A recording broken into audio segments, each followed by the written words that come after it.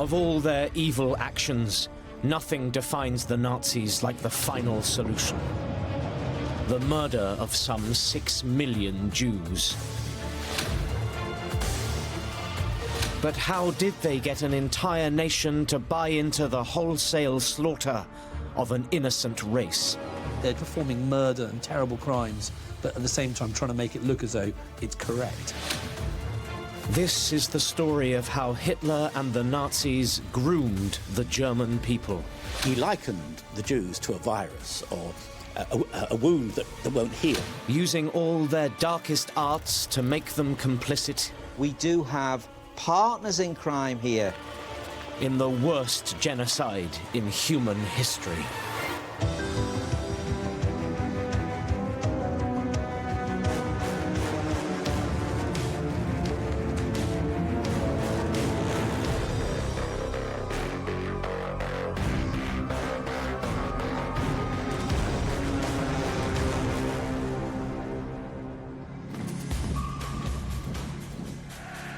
Of one thing, Hitler never makes any secret. He hates the Jews. Recovering from his wounds at the end of the First World War, he blames left-wing Jewish politicians for surrendering, stabbing Germany in the back. In the 1920s depression, he rails against a Jewish conspiracy, the root of all evil from communism to corrupt financiers. This poisoning of the nation. The German Jew is the enemy within. He's an enemy in racial terms, in cultural terms, in national terms. The Jews' greatest crime is that they pollute the pure genes of the Aryan master race. They must be eliminated. The nation is no longer willing to be sucked dry by these parasites. Everything he'd said since 1922 pointed towards the ultimate idea that you rid yourself of the Jews physically.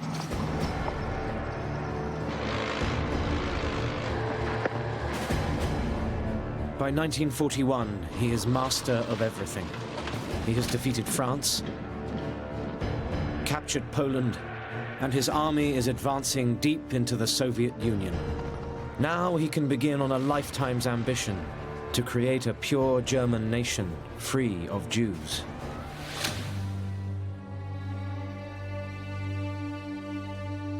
But how can he carry the German people with him? He has always been aware his anti-Jewish policy is an acutely sensitive issue for ordinary citizens. In fact, during his first 4 years in power, Hitler barely mentions the Jews in public. And when he does move against them, it is slowly, step by step. They're banned from certain professions. Then they lose their rights as citizens and their livelihoods. Thousands are driven to flee abroad. During all of this, there are some objections. However, most Germans just stand and watch. But the actual killing, the elimination of all those who remain, their own neighbors, is still a step too far. He recognized in the German people there was this residual sense of decency, which could be offended by horrific policies. But killing Jews is indecent. It will take all the Nazis' skill to sell this to the German people. It's a task for Joseph Goebbels, the Nazis' master of persuasion. Goebbels shares the Führer's loathing of the Jews and is determined to convince his fellow Germans. It was Goebbels who was responsible for selling the idea that the Jews were this kind of cancer or this plague at the heart of German society. He realized that if you could control what people consumed, then you could control them. And he was one of the first people to realize that. Cinema is one of his favorite tools for manipulating public opinion. The film, The Eternal Jew, produced by Goebbels' propaganda unit, has a stark message. Wherever Jews settle, they behave like rats and parasites. The film portrays the Jew as the eternal corrupter, specifically, of course, in the sense of Germanhood. The greatness of the German state will be destroyed if the enemy within, the eternal Jew, is allowed to go on performing his acts of destruction. But when the film is released, it's a box office flop. It's a lesson for the Nazis. Persuading the German people to buy into this evil agenda is going to be a complex process. The danger lies in inflaming public opinion, and the risk of getting things wrong is already brutally clear. Since 1939, the Nazis have been carrying out a secret euthanasia campaign. It will become their dry run for how to commit mass murder without upsetting the German public. First, they need willing accomplices. Pliable nurses and doctors are instructed to single out terminally ill and disabled children. The next step is to deceive the people who might object. Parents are told their loved ones are to be sent to care centers for special treatment. And finally, they need a method of killing. Quiet and discreet. They choose murder by lethal injection. Some 5,000 innocent children are killed. Their only crime to be sick or disabled. The truth is hidden by false death certificates, blaming measles or pneumonia. It's Hitler sort of kind of dipping his toe in the water with the German public to see what he can get away with. Then the regime escalates the program, targeting tens of thousands of disabled adults in institutions across Germany. Ramping up the numbers involves more doctors, and some voice doubts about the legality of the policy. It's a problem that goes to the Führer himself. And so Hitler wrote a note, which he rarely did, and signed, saying to the people in the chancellery concerned with the medical profession that this was now a policy that could be followed legitimately.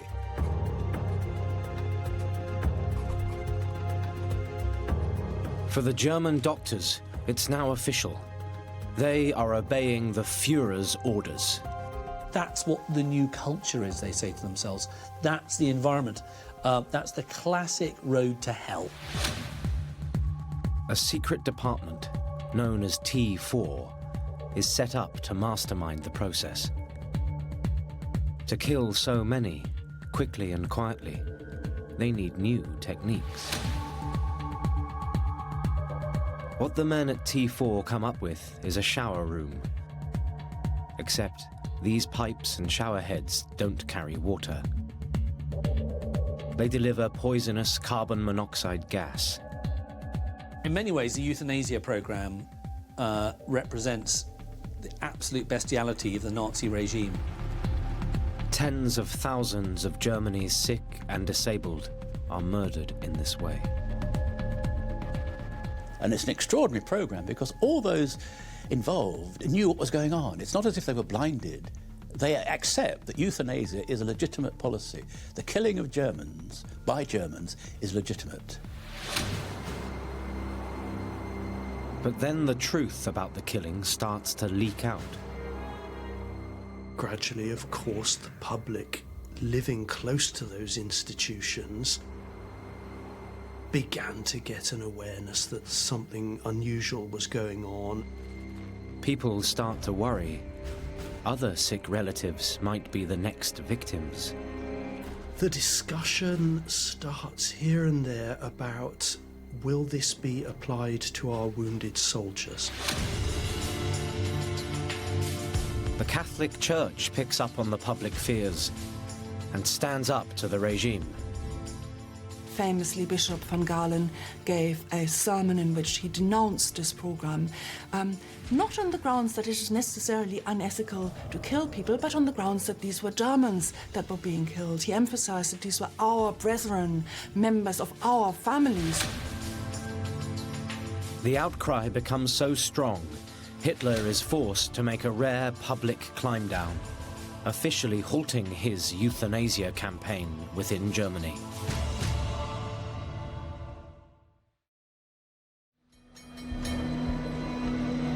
The protest against euthanasia has taught the Nazis several lessons. First, if their racial policies threaten German families, public opinion won't wear it.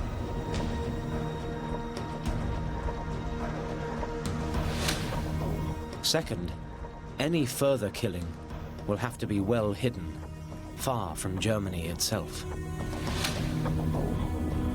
And third, the Führer must not be associated with anything disreputable. These lessons will define how the Nazis deal with the Jews.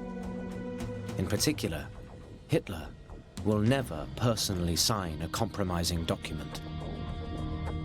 He didn't want his own name associated with the worst extremities of the anti-Jewish program. 2 years into the war, Hitler is riding high on the success of his campaign against the Soviet Union. He is content to leave the handling of the Jewish question to his loyal henchmen.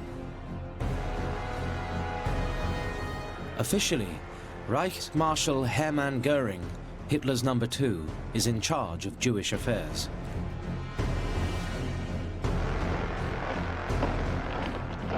But in fact, it will be Hitler's fanatical SS, selected for their devotion to the Nazi cause, who will deliver the final solution.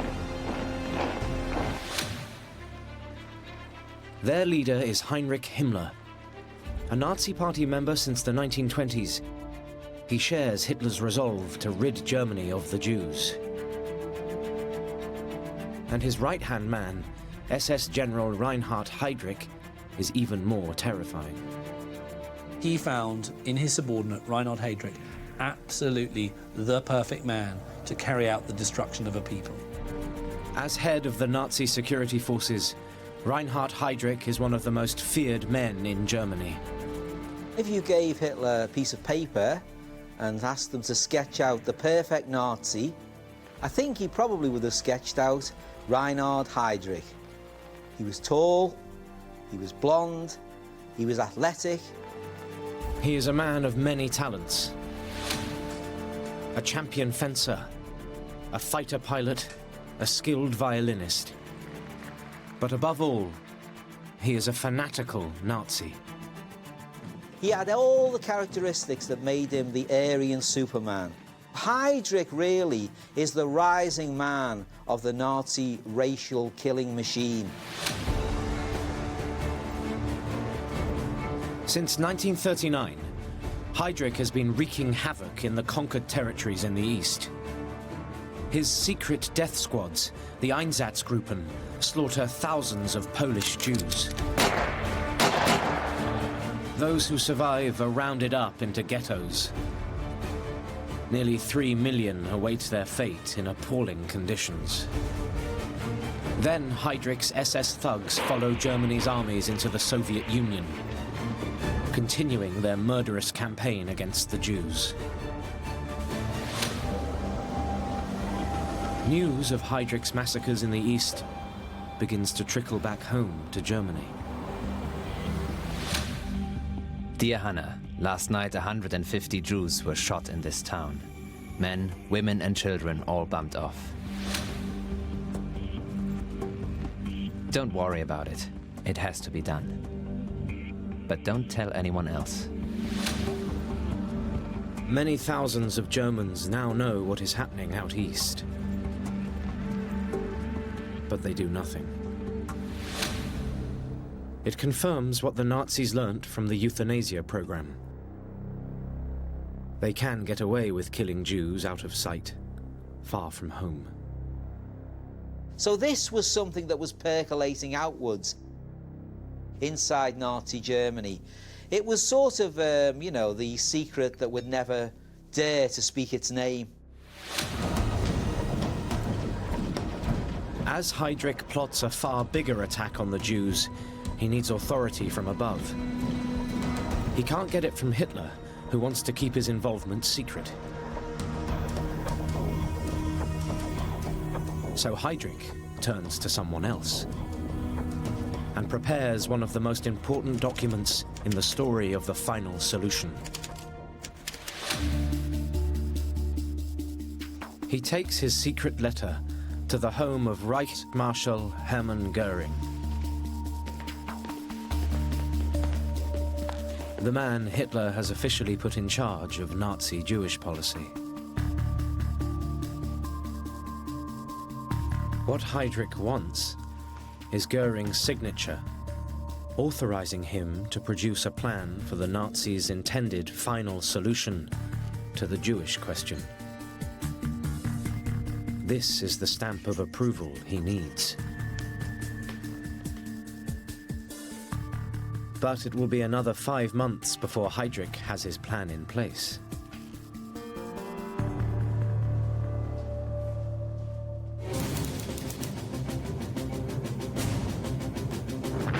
Meanwhile, Hitler's armies are pushing deeper and deeper into the Soviet Union.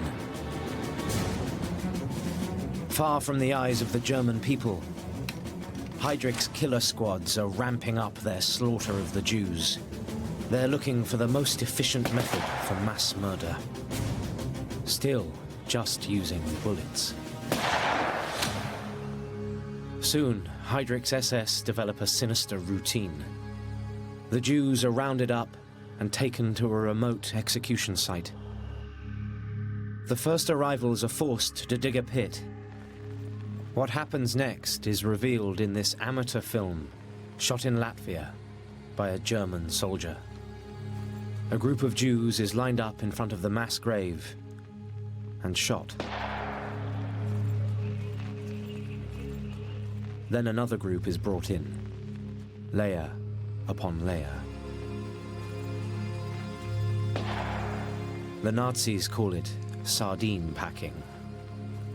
Here we see a massive escalation of the policy of extermination of the Jews going on. In effect, we have now a Holocaust of Soviet Jews already taking place. The worst slaughter takes place in the Ukraine, at the ravine known as Babi Yar. 33,000 are killed in just 2 days. As Heydrich ramps up the slaughter, he finds he doesn't have enough of his racist SS thugs. He needs new recruits. There is some evidence that there was a bit more resistance to taking part in the killings than perhaps there would have been in the Einsatzgruppen, but this was by and large overcome, and it was done by the use of, for example, alcohol given out freely to these people that would anaesthetise them against the effects, if you like, of seeing large numbers of people killed in front of them. But Heydrich knows this mass killing is still taking its toll on his men. Most of these men rapidly became horribly troubled and disturbed, and it's very largely this experience which pushes Himmler and Heydrich to look for other ways of killing huge numbers of people.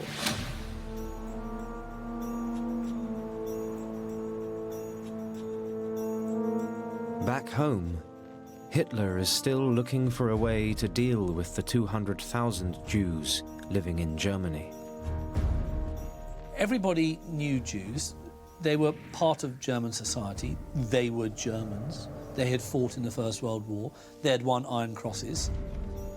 So, Goebbels' propaganda machine has to be mobilized to create a sense of difference, to set them apart from their pure-blood German neighbors. Stage 1. Give them a star.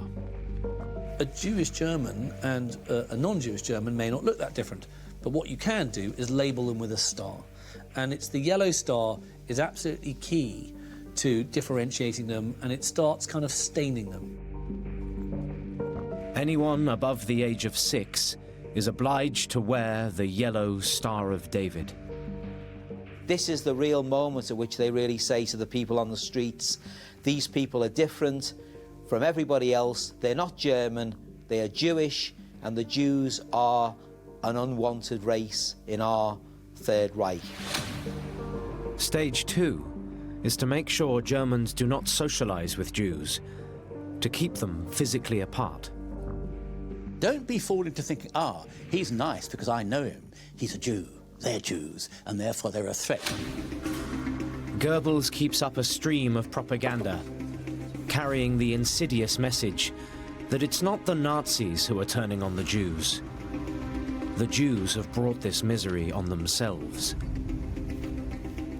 For one of his slogans of the week, he uses a quote from Hitler. If the international Jewish financiers should succeed in plunging the nations once more into a world war, then the result will not be the victory of Jewry, but the annihilation of the Jewish race in Europe.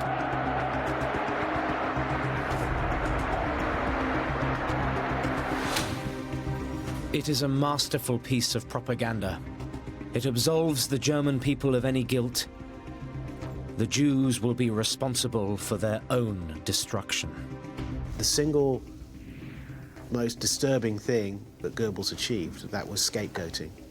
He was polluting the mind of a nation. Slowly but surely, the Nazis are grooming German citizens to accept the removal of the 200,000 Jews still living as their neighbors.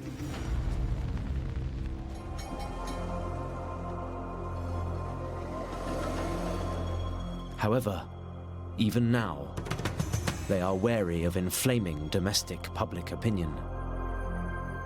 The hard line is softened for public consumption so that people who are already been trained to be anti-Jewish are not pushed too far. The man in charge, SS General Reinhard Heydrich, begins a campaign of deception. The official line is that the Jews are to be resettled in the East. Heydrich, of course, realises that what you can't just say publicly is, right, we're going to kill 6 million people tomorrow morning. You've got to do a bit more subtly than that. And, when you're talking about evacuating people to the east, you've got to make it look as though they really are just being evacuated to the east.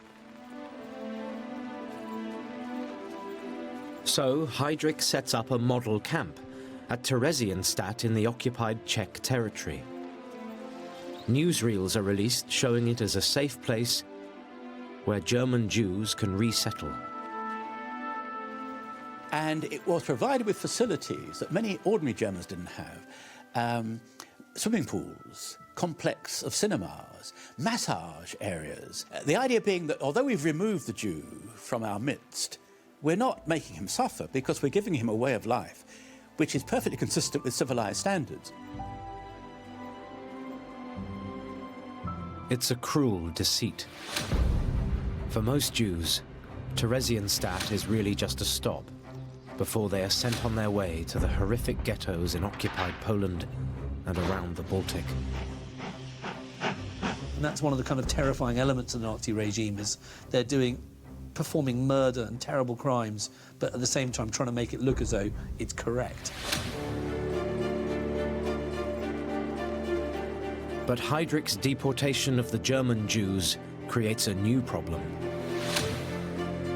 Out in the east, the ghettos are already crammed full. Because of the overcrowding, local Nazi leaders in the occupied territories start to kill Jews to make space for the newcomers. This almost leads to a public relations disaster. In late 1941, 1,000 German Jews are dispatched east to the model camp at Theresienstadt. And these aren't just any Jews. Many of them are elderly war heroes, holders of the Iron Cross. Then there's an error. they're sent to a ghetto in Latvia, where Jews are being massacred. But because of a mix-up in the administration of it, they end up in Riga, and most of them are shot. It's a catastrophic error. If the news leaks out, the German people would be appalled.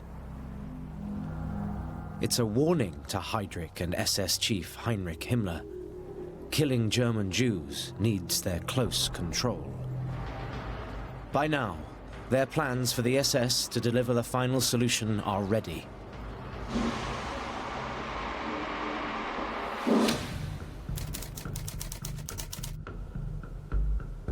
An elegant lakeside villa in the Berlin suburb of Wannsee is the venue for a top-secret meeting.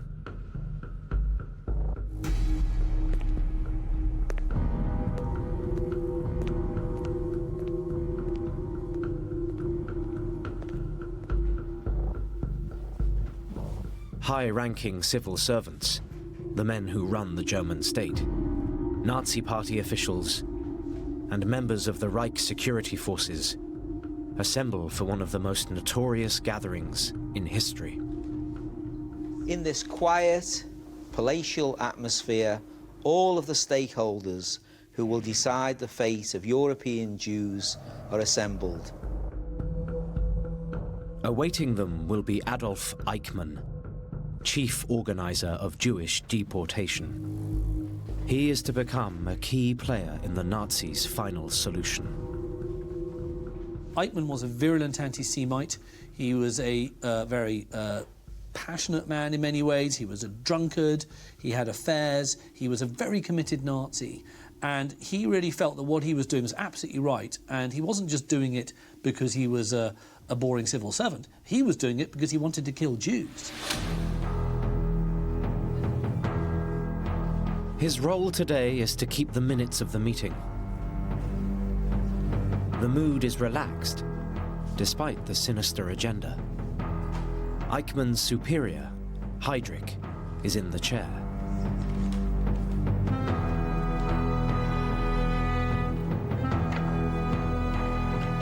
First, Heydrich makes it clear his authority comes from the very top, via Goering, Hitler's number 2.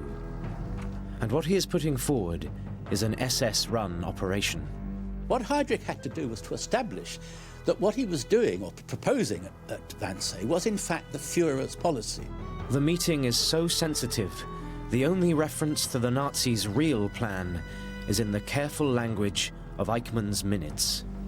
The Jews already under German control will be put to work in the east. The majority will die. Those that survive will have to be dealt with appropriately. Dealt with appropriately is code for what we know as the final solution. The plan is to kill all of the 11 million Jews in Europe. It is genocide.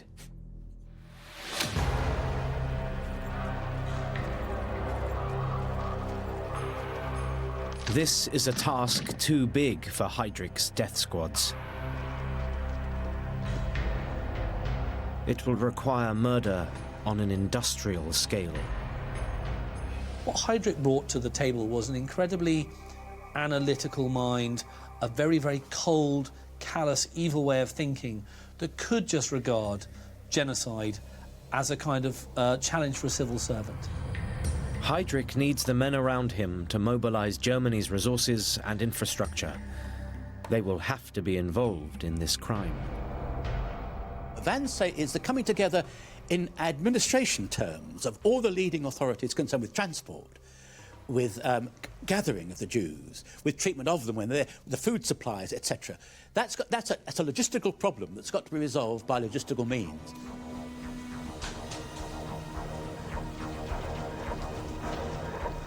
To Heydrich's relief, there is no dissent. In just over an hour, Heydrich has the agreement he wants.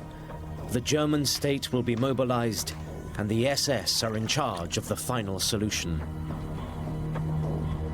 Now it's just a question of practicalities.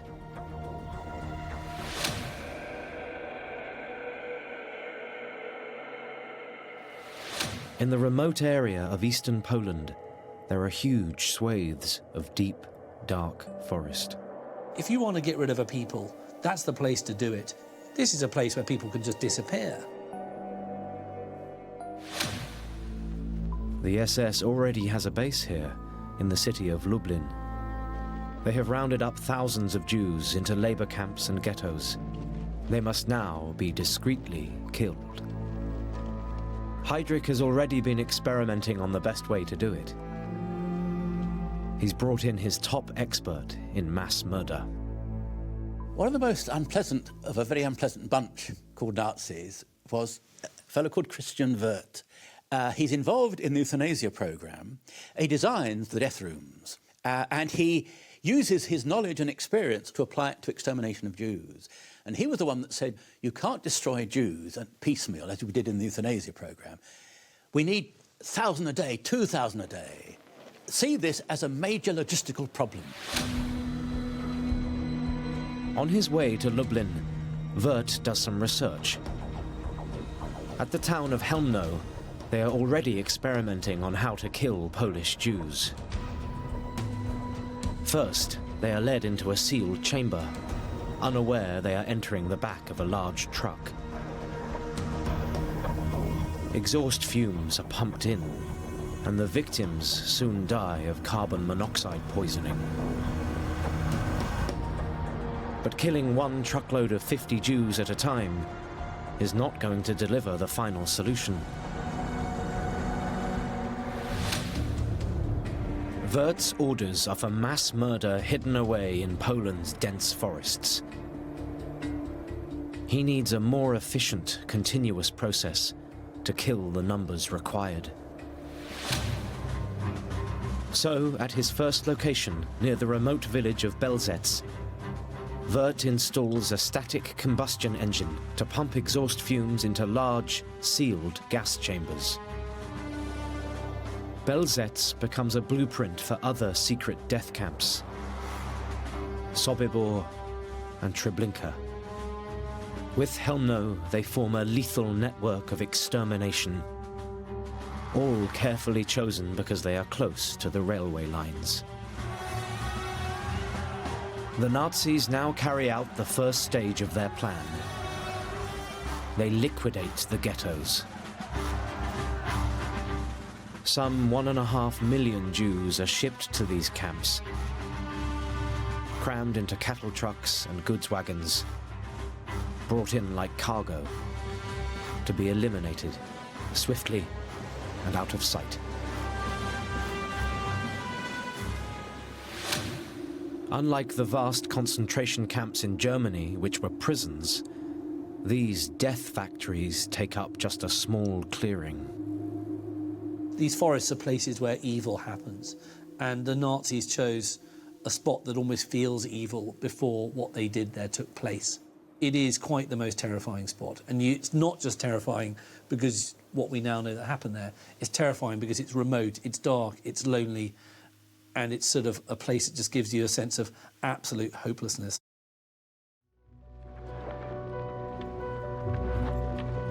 Hidden from German eyes, the rounding up of Polish Jews is a brutal affair.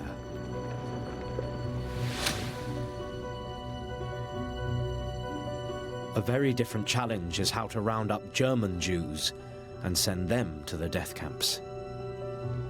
The man in charge of this problem is Heydrich's killer bureaucrat, Adolf Eichmann. He is the mastermind of the deportation program. The Holocaust, the destruction of the Jews, was a bureaucratic process. And to run a bureaucratic process, you need bureaucrats. Adolf Eichmann is the archetypal bureaucrat. Functioning in an administrative sense is the key to success of any policy. It's got to be programmed. The issue facing Eichmann is how to get rid of these Jews without upsetting their neighbors, without ordinary Germans finding out what is really going on. The answer is the familiar Nazi tactic: deception. People are told that the Jews are being resettled, sent to a safe destination. At the railway stations, they won't see any sinister cattle trucks. The Jews leave on comfortable passenger trains with tickets, food, and money for the journey. And this deception seems to work on Germans and Jews. This is probably the most amazing part of the process, that it seems to all go on in a kind of matter-of-fact way. We don't see any massive riots at the German collecting points. They do assemble, thinking that, you know, resettlement in the East might actually be better than walking around a German street by now and being abused. Their civil rights have been taken away, their dignity have been taken away, their property have been taken away. Many of them thought things might actually get better. They'd accepted they had no place in Germany, and maybe, hey, things in Poland could be no worse than what they are. The Jews will not discover the truth about their final destination until they are far from German soil. The Nazis continue their deception to the bitter end. The commandant of Treblinka death camp orders the construction of a fake railway station, complete with painted wooden clock. Its hands always fixed at 6 o'clock. Just enough to reassure the new arrivals. But this stop will be their last. Convinced they are to have a shower for health reasons, men and women are separated and remove their clothes. Their hair and beards are shorn off. Then, suddenly, they are rushed into the tube, a narrow corridor lined with barbed wire. A dark chamber looms, but it is too late. The journey from train to death takes just 90 minutes.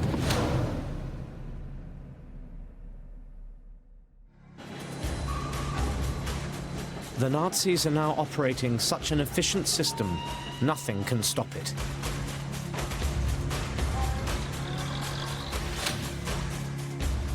Not even when Reinhard Heydrich, the chief architect of the final solution, falls victim to an assassination attempt.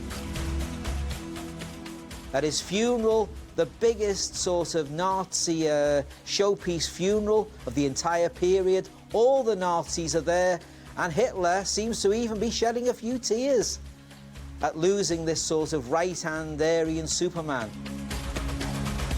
In Heydrich's honor, his boss, SS Chief Heinrich Himmler, names the death camp project Action Reinhardt and vows to step up the slaughter in Poland.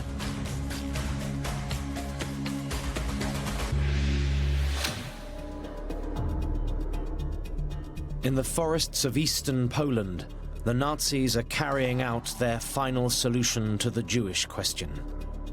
It is genocide.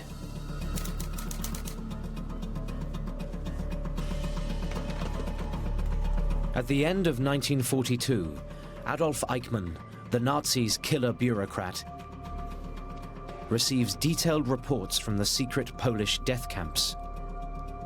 Over 1 million Jews have already been killed. Hitler's vision is being fulfilled. There was a time when the Jews in Germany laughed at my prophecies, but take my word for it, they will stop laughing everywhere. Following the Nazis' master plan, the Jews are being worked to death or murdered outright. Out in Poland, the Nazis are less discreet in their killing. The Majdanek concentration camp, built on a hill in full view of the city of Lublin, was originally intended to house Soviet prisoners of war. Under SS control, it becomes another grim destination for tens of thousands of Polish Jews, shipped in as forced laborers. Living in the most brutal conditions, many of them will die from sickness and exhaustion. As a key part of the Nazis' final solution, the camp is equipped with facilities for extermination. Poisonous carbon monoxide is used in the gas chambers, and a crematorium is installed, with ovens to burn thousands of bodies. Death camps, slave labour camps, extermination camps. It's hard to divine which is which at some points. All we know is people are dying. They're dying through a number of ways. Starvation, some are being gassed, some are being systematically killed, some are being beaten to death. 200 miles to the west, one of the largest Polish work camps is transformed into the Nazis' most notorious killing machine. And it is here, at Auschwitz-Birkenau, that the mass murder of the final solution will reach a truly barbaric level. Alongside a vast industrial complex, Himmler orders the construction of gas chambers and crematoria capable of slaughtering up to 6,000 people every day. And the Nazis now have a new technique for murder, a chemical designed to kill pests. Zyklon B is a cyanide-based substance. In a warm, moist atmosphere, it turns from pellets into a highly toxic gas. The death cells were constructed with either pipes into them at high level or holes in the roof through which the pellets could be dropped. The killer pesticide is soon being used by the Nazis on a massive scale. They are moving here into absolutely new territory. Nobody in history has attempted to do something like this before, so they are literally finding their way. Manufacturing Zyklon B boosts the profits of Germany's chemical industry. The complicity of the great manufacturing chemical companies is obvious. They later at Nuremberg and afterwards said, we didn't know what it's being used for. Why would you need Zyklon B on that scale of production if it wasn't against people? By this stage, many more Germans are becoming aware of what is happening to the Jews. There's one amazing incident where a freight train was going towards Auschwitz, and one of the survivors said that he was in this freight train, and he said that at one of the train stations, at a German station, somebody shouted, "We know where you're going, to the gas chambers." So you can see that in these little towns even people knew what was happening. So I imagine in that particular freight train then, there was a certain amount of trepidation. To help finance his evil plans, Himmler turns the final solution into a commercial partnership between the SS and Germany's corporate giants. The SS make a fortune leasing out their Jewish prisoners, men, women and children, to work in IG Farben's factories. We can actually see that in the killing process, we do have partners in crime here, not just the Nazis, but also here a massive capitalist enterprise that enters into this project with the Nazis and actually finances it. And it's not just big business that's implicated in genocide. Thousands of ordinary Germans are making their own contribution. So you've got the train driver driving a trainload of Jews across Europe. He knows what's going on, but he's not asking any questions. You've got the civil servant working in some small department in Berlin who's probably responsible for supplying the cattle trucks for a certain shipment of Jews. He's just following orders. But what you've got are a lot of very small cogs, each of whom think, well, I'm not really taking part in this, I'm just doing a small thing. But when you put all those cogs together, then you've got a murder machine. But when you take it apart, each of those cogs can say, it wasn't me. With this complicity of silence, no German needs to speak openly about the final solution. No one needs to take responsibility. And all of this seems to happen with barely a flicker of protest back home. By 1943, Himmler is able to declare that Germany itself is almost Judenrein, Jew-free. The only resistance comes in one celebrated event. when the Nazis try to deport a group of Jews married to German women. Famous occasion known as the Rosenstrasse affair, where a number of Jewish men had been rounded up. Their non-Jewish wives came together and protested en masse outside Nazi officials' houses and buildings. Such was their determination that threats to them to disperse went unheeded. When the protests become public, it causes real consternation at the highest levels. Even now, the Nazis are scared of admitting what is really going on. And the Nazi officials eventually came to the conclusion, far better to give way than to try and face them down. And the husbands were allowed to go back to the wives. They even reprieve 35 Jews who had already been sent to Auschwitz.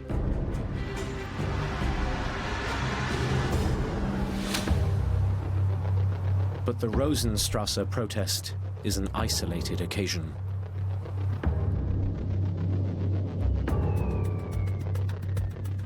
By now, the vast majority of Germans have other things to worry about. They are starting to lose the war, and their first concern is their own families. They were being, bombed round the clock by the British and the Americans. They had huge food shortages. Their own children were dying in droves on the Eastern Front. I think there was very little capacity within many people's minds to actually really care about what was happening to some Jews. For Heinrich Himmler, the final solution represents a hideous triumph. A recording exists of his speech to a secret meeting of SS leaders. He is openly proud. This is a page of glory, never mentioned and never to be mentioned. This admission that we can't be acknowledged as heroes in the public eye is a sure sign that what they've done would be unacceptable. By now, they have killed some 4 million Jews since the start of the war. Another 2 million will be murdered before it is over.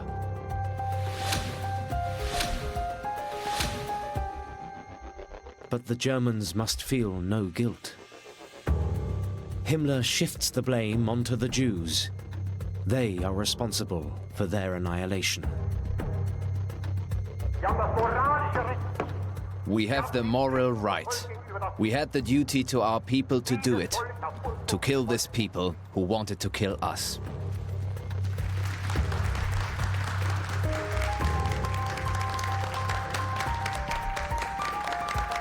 And so the German people become complicit in one of the worst crimes in history.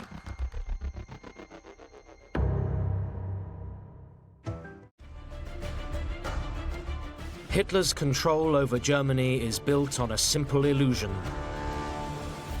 People believe the Führer is an all-wise genius, leading them in a noble enterprise. But now the reality is breaking through. Germany is losing the war. Appalling atrocities are being committed. And Hitler is increasingly out of touch. It's a man who's breaking down, physically and mentally. As some Germans learn the truth, they start to plot against the regime. If you're caught, you know fully well that you're going to end up having your head chopped off or strung up by piano wire. This is the story of how the Nazi illusion starts to crack. And Hitler will do anything to cling to power.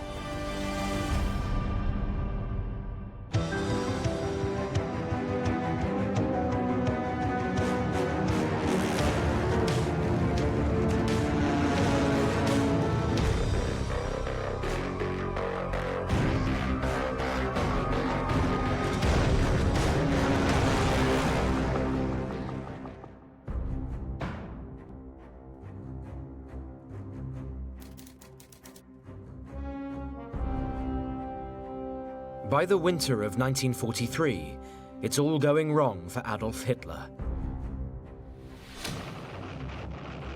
After the defeat at Stalingrad, Hitler's army is suffering disaster after disaster.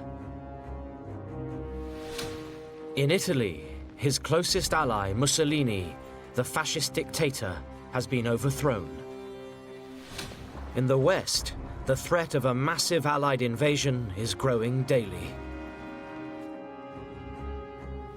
Germany itself is now a target.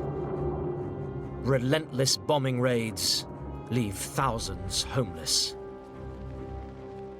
These are people who for 12 years have been told the Führer can do no wrong. Germany cannot err under him, almost an infallibility about it. The public image of an all-conquering military genius is no longer believable. What the German people don't know is that their beloved Führer is falling apart. He's living on a cocktail of drugs. He's taking strychnine, which his doctor prepares for him. He sleeps less than 3 hours a night. He's seeing cocaine having injected to keep him going. He's now secretly cracking up.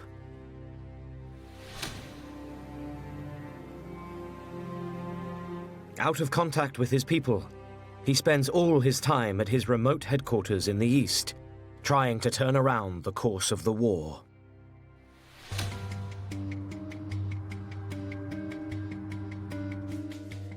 All this presents a real problem for the Nazis' master of spin, Joseph Goebbels. Since the beginning, he has been the architect of the key to Nazi success, the presentation of the Führer's image as the all-wise statesman.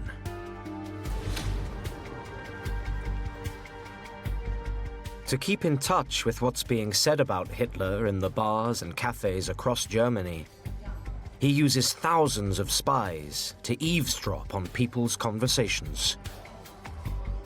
Goebbels was a pioneer in terms of research. Polling public opinion to shape your messaging is clearly one of the most powerful elements of anybody generating power now. The latest reports make disturbing reading for Goebbels.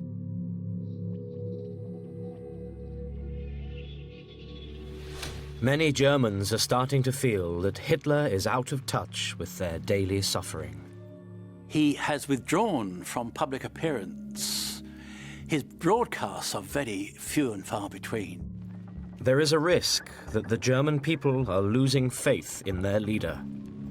That's what Goebbels says to him, that, mein Führer, we need leadership. Greatness can't just exist in a vacuum. It's got to be expressed somehow. Keen to turn the situation around, Goebbels resorts to the power of mass media to rally support for the Führer. In April, he has the perfect opportunity: Hitler's 55th birthday.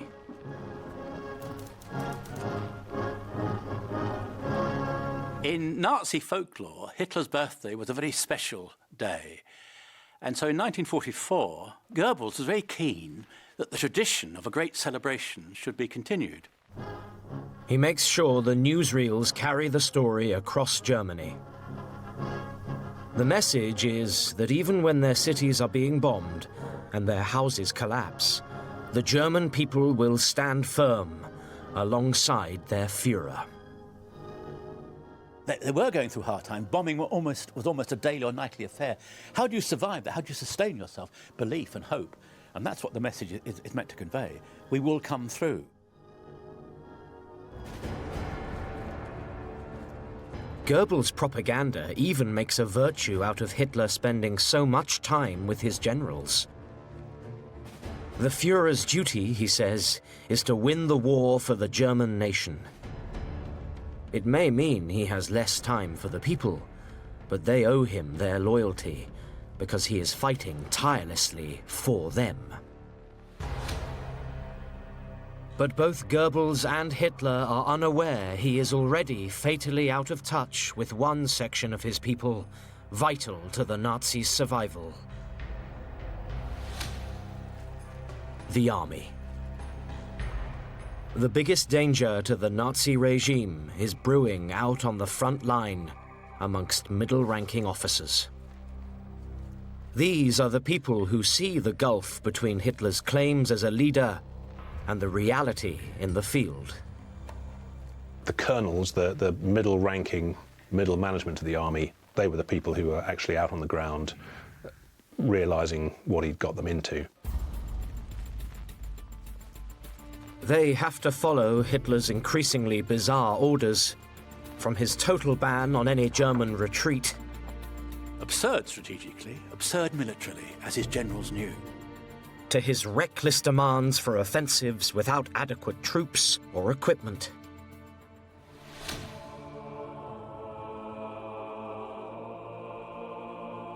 Among those who've experienced this chaos is Lieutenant Colonel Klaus von Stauffenberg. A war hero, he has lost an eye and a hand in battle. As a soldier and an aristocrat, he is outraged by Hitler's military incompetence. When the war goes wrong from 42, really post Stalingrad, one can understand why the Stauffenbergs of this world found Hitler increasingly impossible to accept. As a staunch Catholic, Stauffenberg is also horrified by the Nazis' treatment of the Jews. With the Führer in charge, he believes his beloved Germany is heading for disaster. It could soon be wiped off the map by its enemies.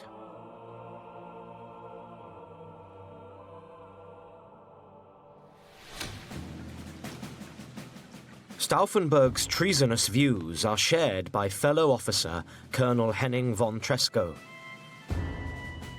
He too is appalled by the evil reality the Nazis are trying to hide.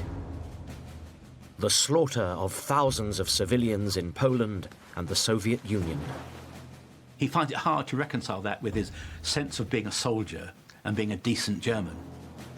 These men are the first to realize the sick nature of the regime beneath the public gloss. They're desperate to save Germany and salvage its military honor. But they can't do it with the Führer in charge. They have only one option: to kill Hitler. The risks are immense, because if you're caught, you know fully well that you're going to end up having your head chopped off or strung up by piano wire. Hitler has some of the most sophisticated personal security. He changes his itinerary often. He has very trusted SS men surrounding him who guard him.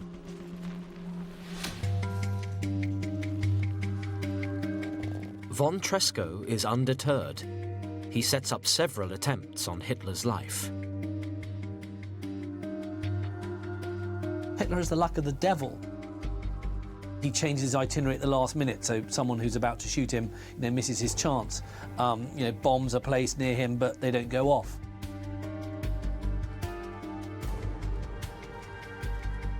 Increasingly, von Tresckow realizes killing Hitler is not enough. To defeat the Nazis utterly, he needs to decapitate the entire Reich. He has to mount a coup d'etat.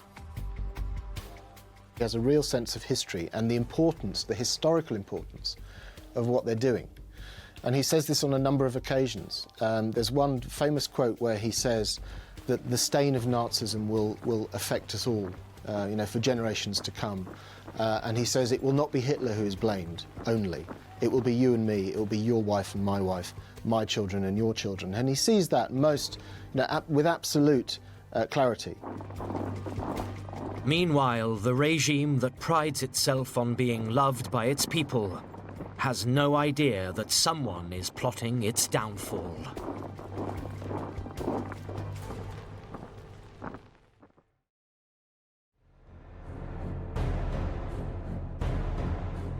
Adolf Hitler is increasingly out of touch with his people. He spends weeks in his remote headquarters, the Wolf's Lair, trying to turn around a war that cannot be won. He doesn't see the signs of discontent that are stirring. Two army officers, Klaus von Stauffenberg and Henning von Tresckow are sickened by the horrors being carried out in the name of the German people. So they're plotting to overthrow the regime. It wasn't enough for them simply to kill the head of state and then let chaos reign. They had to have some contingency plan to take power. They could then negotiate with Germany's enemies. The solution they come up with is astonishing. They will get the Nazi state to overthrow itself. They will hijack Operation Valkyrie. Operation Valkyrie is the Nazis' top-secret plan to crush any uprising within Germany. At this stage, the Nazis see the biggest threat coming from the millions of foreign slave laborers they have shipped in to boost Germany's war effort. Living in appalling conditions and deeply resentful, they are a potential enemy within. Valkyrie starts with the idea we have to do something that prevents the problems within from growing to such an extent they become a threat to the state itself. Any workers' uprising would trigger Operation Valkyrie, mobilizing troops from the Nazis' reserve army, controlled from Berlin. These are regular fighting units based in Germany as reinforcements for the front line. If Valkyrie is launched, their role is to seize key control centers and suppress any internal uprising.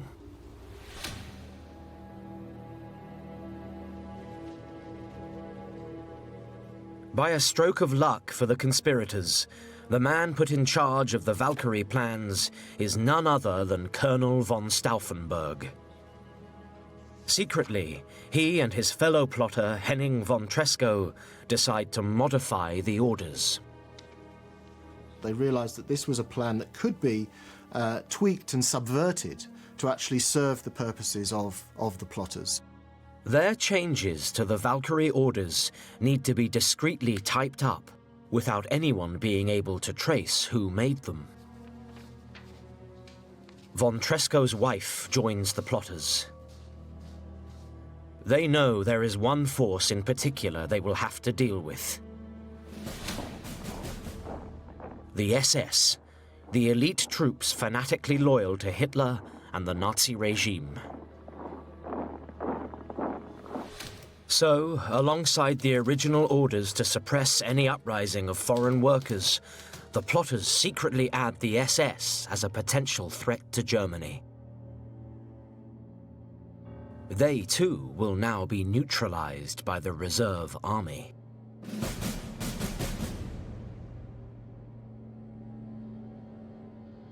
Their plan needs one final element, an excuse to launch Valkyrie.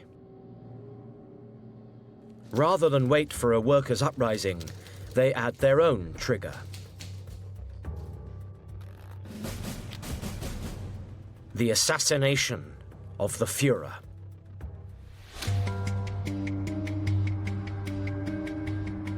The plotters now have a plan ready to seize power. What they have to do next is find a way to kill Hitler. The key problem is how to gain access to him and his inner circle. Hitler appears very rarely in public and never gives his details of movement, so you couldn't plan to assassinate him in the open. It's just not on. It has to be done, really, at some military gathering. As the plotters ponder this challenge, a long-awaited event adds urgency to their plans.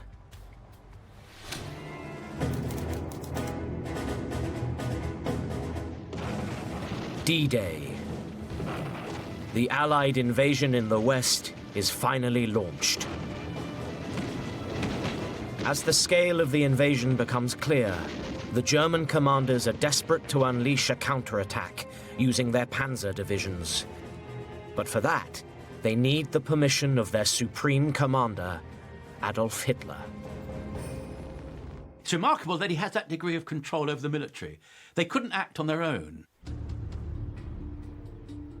But the supreme commander is hundreds of miles away at his mountain retreat in Bavaria. He's been celebrating the wedding of the sister of his companion, Eva Braun. Now he is sleeping it off, and he's given orders not to be woken before noon. So, while the panzers wait for the Führer, valuable hours are lost, allowing the Allies to secure their beachheads in Normandy. And very soon, there's more bad news.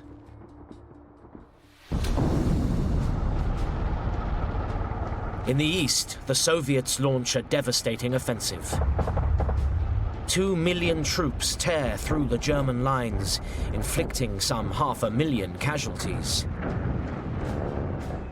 There's a real danger Germany itself could soon be overrun and destroyed completely. This gives an added urgency to the plotters to make a final effort to salvage something from the wreckage of Nazi Germany. Among those out east trying to stop the Soviet advance is Henning von Tresckow. He calls on his fellow plotters to act.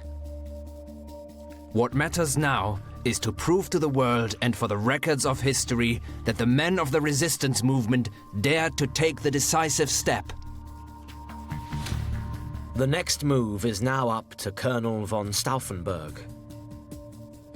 And in the midst of these dramatic events, he is summoned to Hitler's residence in the Alps.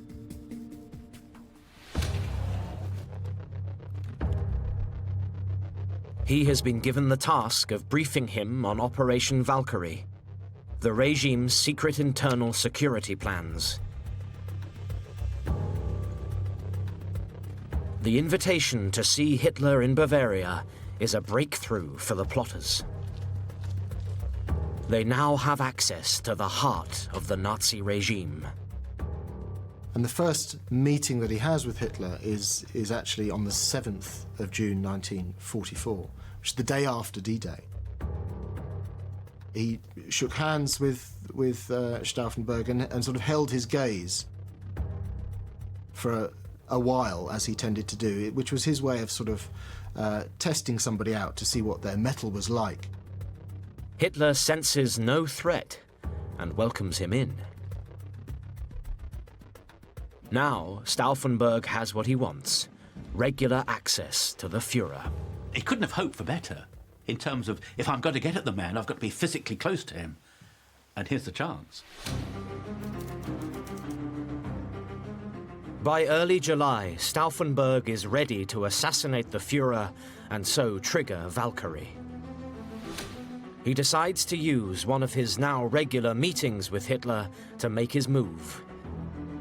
But for the conspirators' plan to work, they don't just want the Führer. They need to take out as many high-ranking Nazis as possible. So Stauffenberg delays, waiting for a time he can catch them all together.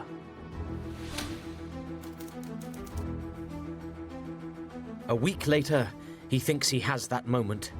He has been summoned back to Hitler's residence in Bavaria. But when he gets there, Himmler, the head of the SS, is absent. Stauffenberg aborts the mission. 4 days later, he has another chance. Hitler is now at the Wolf's Lair, his remote headquarters in the east. It was an enormous installation, something like 200 buildings. It had 3 concentric rings of security. Each one had to have a specific type of pass to get through. So security was absolutely as tight as was possible. And for anyone going in there, it would be quite a daunting experience. You're going into the very inner sanctum of the Third Reich. Again, key members of the Nazis' inner circle are absent. Stauffenberg aborts the mission once more. With the Allies closing in, time is now running out for the conspirators. They must strike soon. What's crucial for the progress of the plot is the idea that Hitler has been killed. This is thought it's almost like a magic spell that people imagined that if Hitler was thought to be dead, that then not only the sense of personal loyalty that many soldiers had to him would be considered to have lapsed, but also there's almost like Hitler had such a presence that once that had gone, that people could perhaps think more freely. The plotters have been secretly building a small network of like-minded collaborators, ready to make their move once Hitler is gone. But the wider the circle grows, the greater the risk that someone will betray them before they can strike. After several abortive attempts, Stauffenberg decides it is now or never.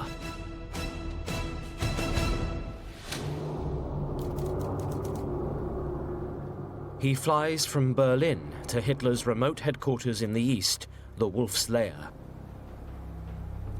He is accompanied by his adjutant, who will help him prepare the bomb.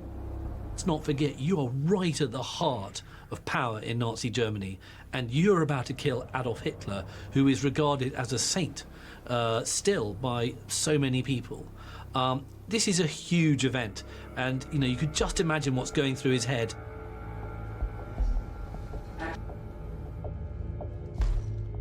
First, he finds a room in one of the outer buildings where they can set the fuse.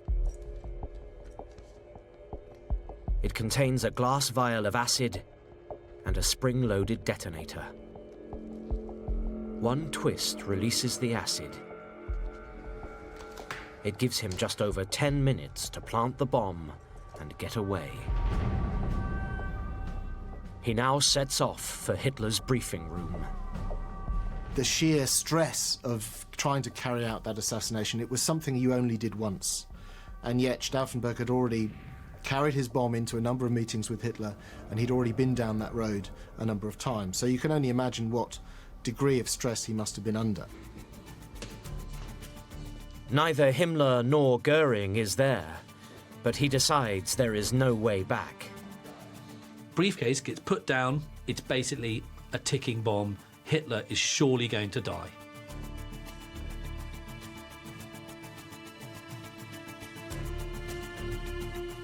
Stauffenberg makes the excuse he has to take a phone call and leaves.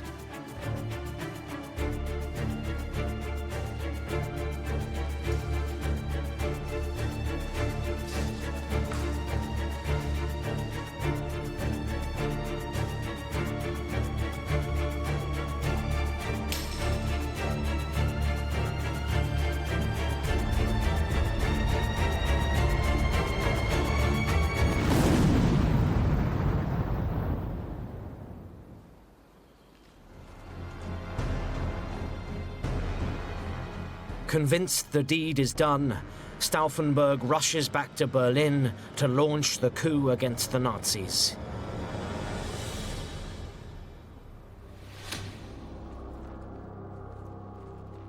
But what he doesn't know is that Hitler survives. When the news reaches Berlin, the coup swiftly unravels. 4 of the ringleaders, including Klaus von Stauffenberg, are immediately executed. Only Stauffenberg made any comment as he was about to be shot. He cried out, "Long live Holy Germany," and those were his last words. Out on the Eastern Front, von Tresckow hears that the plotters failed and commits suicide. He was subsequently given a hero's funeral as a great colonel on the Eastern Front. But in time, his role inevitably, and as he predicted, his role in the wider plot is uncovered, and his corpse is actually exhumed and cremated in Sachsenhausen concentration camp. Hitler may have survived, but this is still a real crisis for the Nazis. Their entire regime is built on the idea that the German people adore him. So how do you explain it when the people who should be the most loyal to him, the military, try to kill him? This is the new challenge that lands on the desk of propaganda chief Joseph Goebbels. The solution he adopts is the tried and tested tactic that has brought the Nazis so much success in the past. In public, he will continue to project the image of the Führer as the popular, caring statesman. He is filmed looking fit and well, visiting those wounded by the bomb. He's had a lucky escape. 4 of his men have died. Goebbels says his survival is another sign of his great destiny. The providential hand of fate upon his shoulder, he has come through. Even his closest people can't bring him down. Why has he survived? To lead Germany to victory.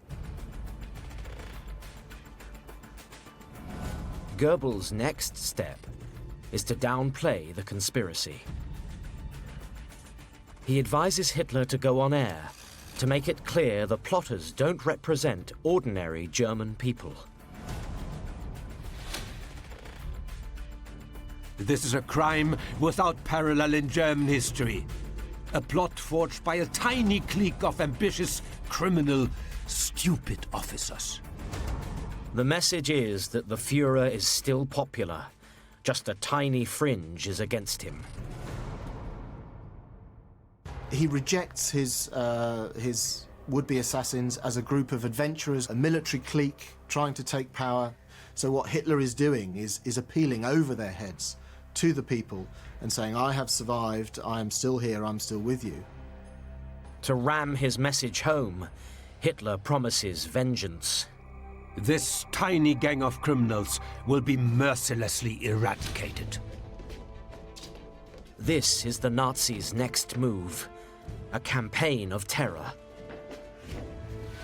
The man in charge is Heinrich Himmler, overall head of the security services. He unleashes the SS and the Gestapo. 7,000 people are arrested throughout Germany. The crackdown makes it clear to anyone thinking subversive thoughts what might happen to them. It justifies increasing severity, increasing surveillance, increasing brutality. Himmler even targets their wives and children. Many are dispatched to concentration camps. The brutality of the Gestapo and the SS isn't accidental. It's programmed into the whole machinery of Nazi rule. You have to be brutal to those who can or do represent a potential threat. To cap it all, they are going to put the plotters into a public show trial. It would have been very easy simply for the conspirators, or the suspected conspirators, just to have disappeared, in the Nazi phrase, into night and fog, ultimately there to get a bullet in the back of their heads in a concentration camp. But what Hitler wanted to do was to put these people on trial, or some of them on trial, and so they went to these things called the People's Court.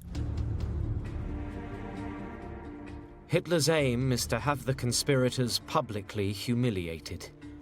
They are brought before the court, stripped of any military dignity. And one of the most sort of raving, demonic judges associated with these courts was a man called Roland Freisler, who would literally scream and shout at the accused. I mean, this was not impartial justice.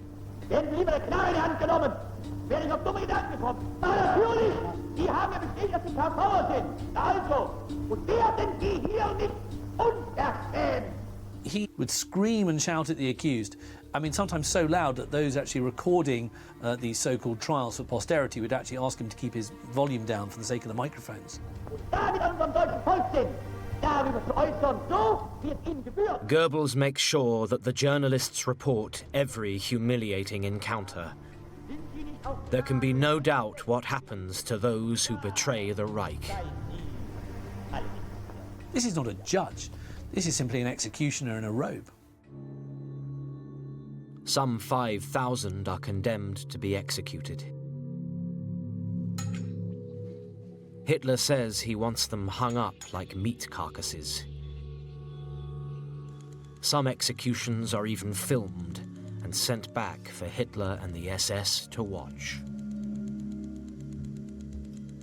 The regime also moved quite quickly to shore up its authority amongst the military. So, for example, the Hitler greeting, which wasn't until that point required, became required of all military personnel after the 20th of July.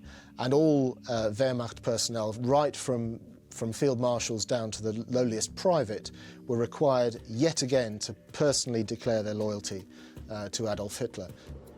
The Nazi Party's strategy, fierce repression and an aggrieved sense of betrayal, seems to work.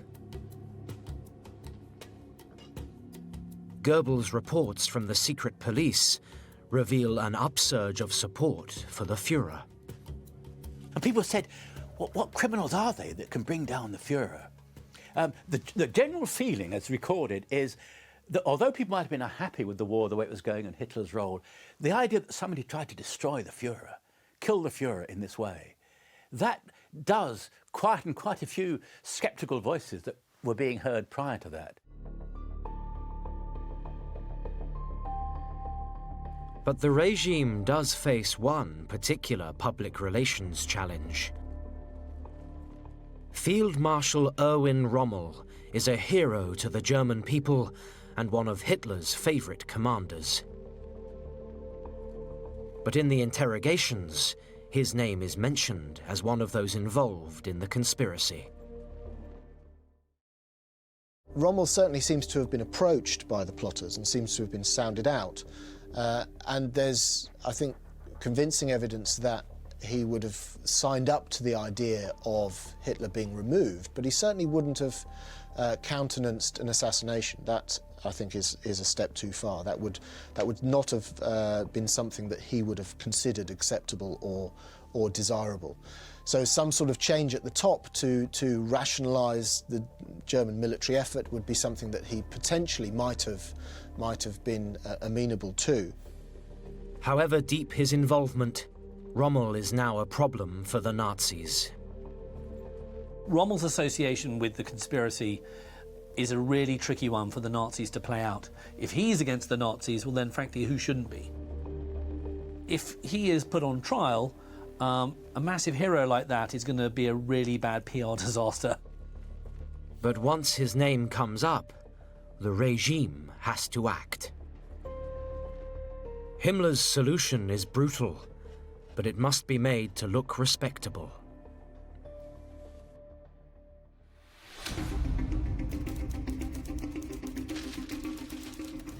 Two months after the assassination attempt, Rommel is at home, recovering from injuries suffered in an Allied air attack. One day, two officers turn up at his home.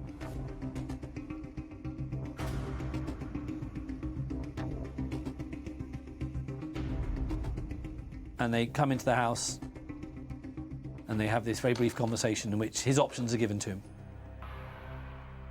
He's either going to kill himself and his family will be safe, or he will have to be put on trial.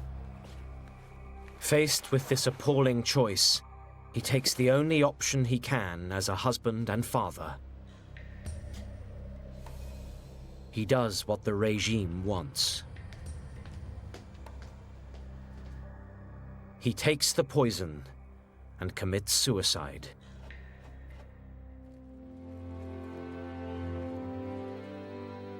The official line is that Rommel died from his war injuries.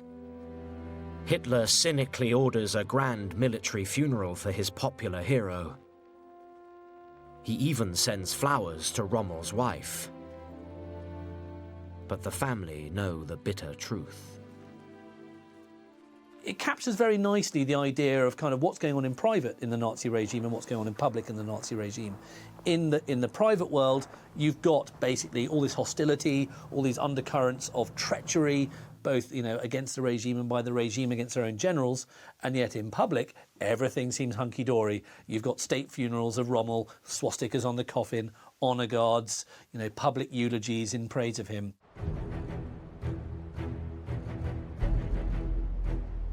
But only the illusion of normality has been restored.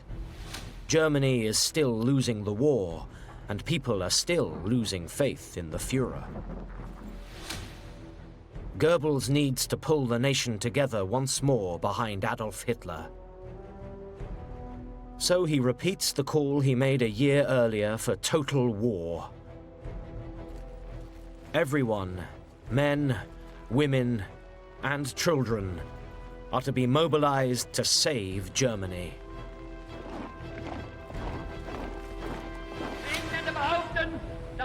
Some people claim the German nation is resisting the government's total war measures. The Germans don't want total war, say the English. They want capitulation.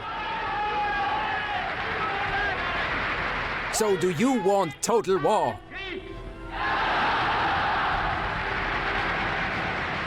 He said we need to go back to the party and to the people. I think we can see the practical outcome of this in the calling up of young boys and older men for military service. But in reality, it's an act of desperation. These young lads and these older men had few modern weapons. The old men had military training, the young boys didn't. They clearly were, to any rational mind, were not going to be a match for well-equipped American or Soviet or British troops. But Goebbels invested a kind of mythological belief in them as embodying the spirit of the people, the spirit of the party. At the time, Goebbels' appeal does work. It makes it look to the German people that something is happening.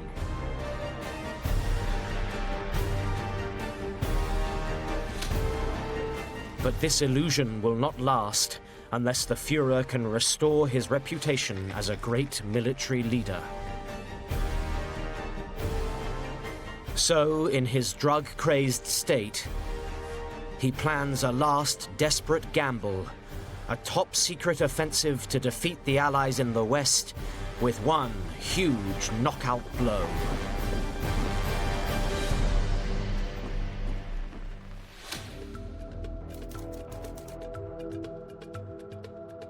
By the autumn of 1944, Hitler has few military options. The Allies are tightening the vice around Germany. Aware that support at home is ebbing away,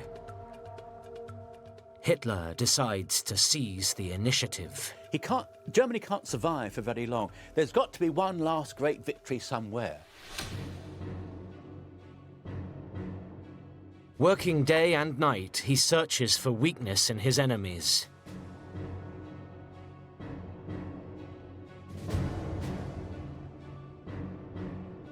And finally, he thinks he finds one. Since D-Day, the Allies have been pushing through France, but their advance has left them vulnerable. All their supplies and reinforcements have to be shipped in from Britain. And the most important port for the Allies is Antwerp in Belgium. Everything comes through from Antwerp. It is absolutely vital. Cut the supply lines from Antwerp, and the Allies will grind to a halt, making them easy prey for Hitler's army. His idea is to drive a wedge between the British and Americans to repeat the Blitzkrieg success of 1940, potentially to throw the British back into the sea. Hitler then identifies just the place to make his push. Through the heavily wooded area of the Ardennes, the same place he had launched his attack on France 4 years earlier. It is now only lightly defended by American troops. And he sees that bulge through the Ardennes region, where the Allies have overexposed themselves. He said, that's our salvation. If his panzers can pierce the line here, he could split the British and American allies, cut them off from the coast, and seize the port of Antwerp. So he assembles his entire strategic reserve. Some 300,000 men, over 2,000 tanks, armored vehicles, and assault guns. He's convinced this plan will restore his power over Germany. And if it doesn't work, there's nothing to fall back on. There literally is nothing left, in military terms, if the Ardennes campaign fails. It's a massive gamble, an all-or-nothing throw on one last lightning offensive. Every gambler knows that the longer you stay at the table, the more chances you have of losing all your money. And that's what Hitler's like. He's like the worst gambler. The odds against him are enormous. His panzers don't have enough fuel to reach Antwerp. They'll have to capture American supplies. And in the air, the Luftwaffe's remaining fighters face almost total Allied supremacy. But Hitler's sure he's right. He tells Goebbels it's the only way forward. The two of them stay talking together into the early hours of the morning, kindling up together a vision of this great victory, re-invoking the spirit of 1940 when they had experienced these lightning successes.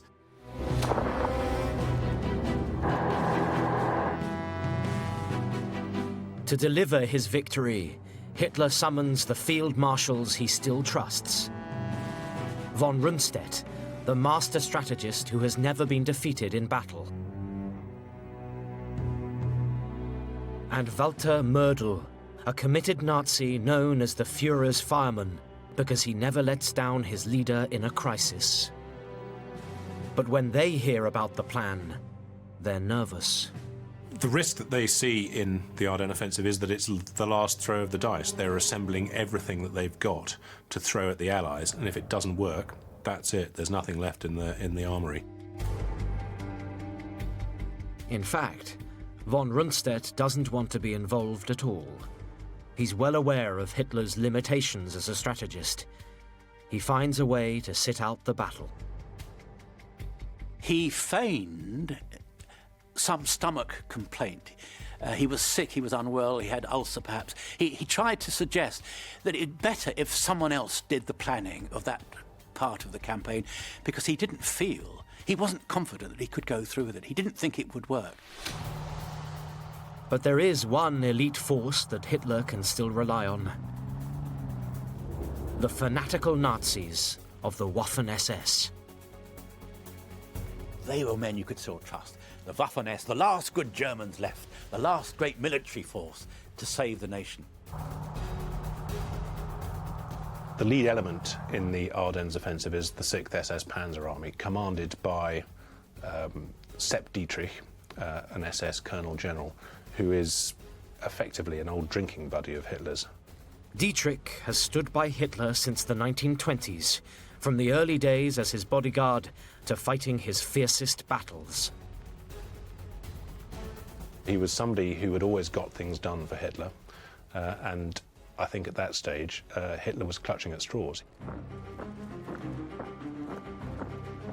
Preparations continue in the utmost secrecy.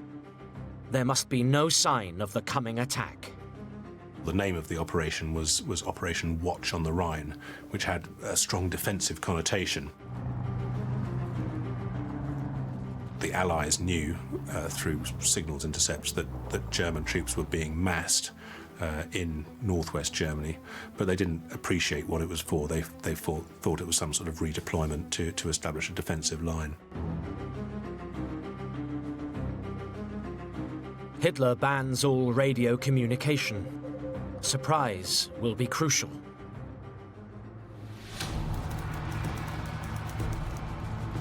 In the early hours, just before Christmas, the attack begins. The panzers surge through the American front lines. Bad weather protects them from Allied air attack.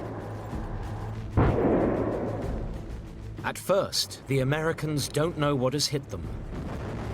In the south, the panzers advance over 50 miles. After 2 days, Hitler's gamble still seems to be paying off.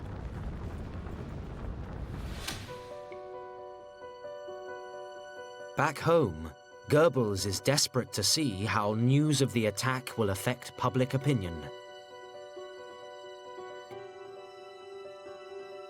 His headlines make it clear how much is at stake.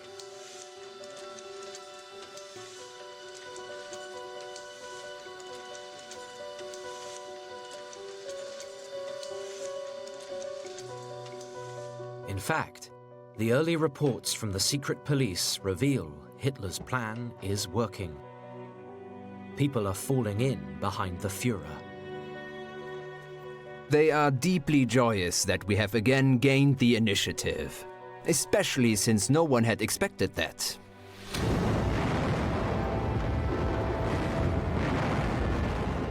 But the Allies regroup quicker than Hitler expects.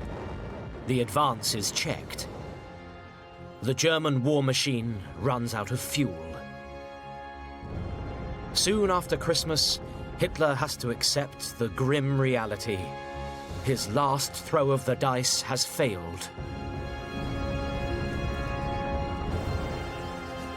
There is now no hope that the war can be won.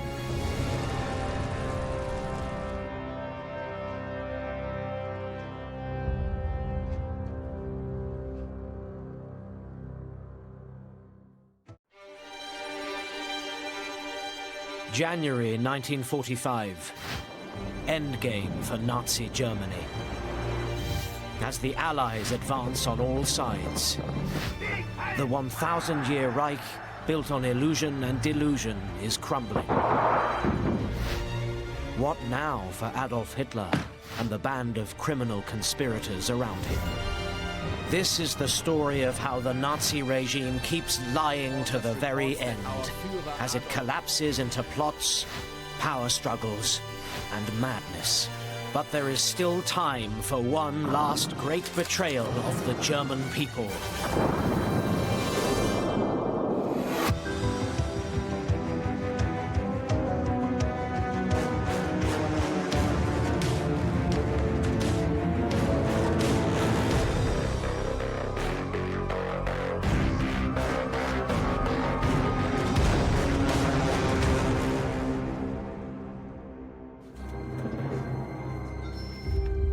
On the 12th anniversary of the Nazi Party coming to power, Adolf Hitler is preparing to address his people. Outside, battle is raging. The Allies are penetrating Germany, the heart of the Third Reich. The Führer delivers one final rallying cry. God the Almighty has made our nation. By defending its existence, we are defending His work. The fact that this defense is fraught with incalculable misery, suffering, and hardship makes us even more attached to this nation. The tone of defiance is the same as ever, but the war is nearly lost. They're fighting a war on 2-3 fronts. They're starved of any natural resources they previously had. Only a complete fanatic such as Hitler would think there was still a chance. This will be the last time the German people hear their Führer's voice. What the public can't see is that Hitler is a mere shadow of the man he once was. At just 55, he's suffering from stomach disorders and twitching spasms. An aged grey wreck of a man, increasingly dependent on a sinister quack, Dr. Theodor Morell. By the turn of the year 44-45, he is a very sick man, Hitler. He's stooped, he's prematurely aged, he's suffering from jaundice, he shakes uncontrollably.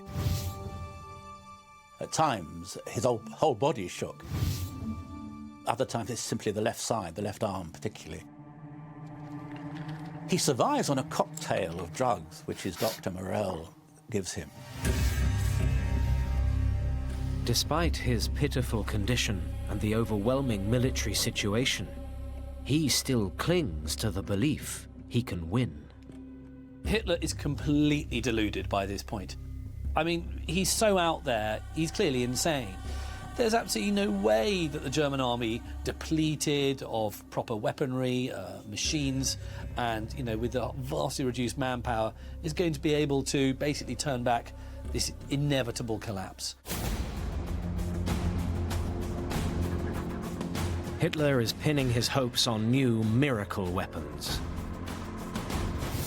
Weapons like the Me-262, the world's first operational jet fighter, capable of nearly 600 miles per hour. And the V-2 rocket, the first ballistic missile and the first man-made object to enter space. A lot of faith is put into so-called kind of miracle weapons, such as V-2 rockets. But these aren't game changers. These are weapons that are going to cause some harm, but they're not going to cause the Allies to withdraw from the fight.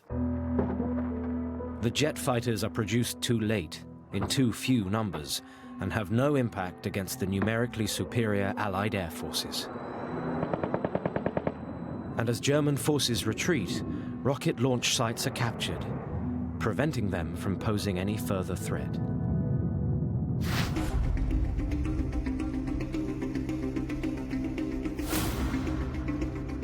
For the people in his intimate circle, it is nearing decision time. Men like Hermann Göring, the Führer's long-anointed successor, who had been with him since almost the beginning. For Heinrich Himmler, the head of the SS, the driving force behind the Holocaust. And Joseph Goebbels, his propaganda chief. Do they stay and go down with the man they'd all sworn to serve? Or do they abandon him and make their own plans? It's like rats deserting a sinking ship. All of the military people want to give up. Most of the cronies around Hitler, with one or two exceptions, Goebbels being the most prominent, think the game is up as well. And so really, this is sort of waiting for the end. Joseph Goebbels decides to stand by his Führer. He was the chief architect of the tactic that has enabled the Nazis to fool so many Germans for so long. The trick of making the Nazis look outwardly respectable and noble while hiding the criminal reality. Goebbels is perhaps the most intellectual of the Nazis, but he was a man who could be very sharp in terms of his sense of realism. Oddly, he sacrifices this sense of realism for his love for the Führer. The Führer can do no wrong.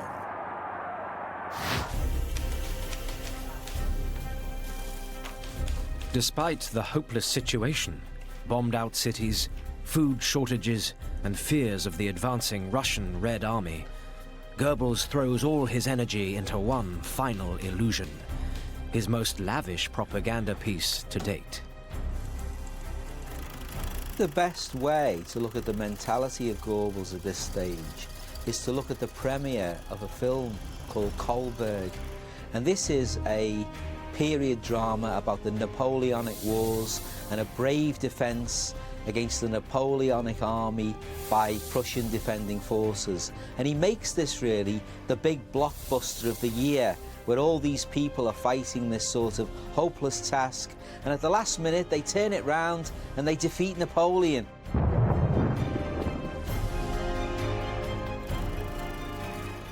The parallels are obvious. German resistance against the odds. Goebbels is creating an alternative reality. If he can't win the war, then he will win at least the movie. He even pulls troops from the Eastern Front to act as extras.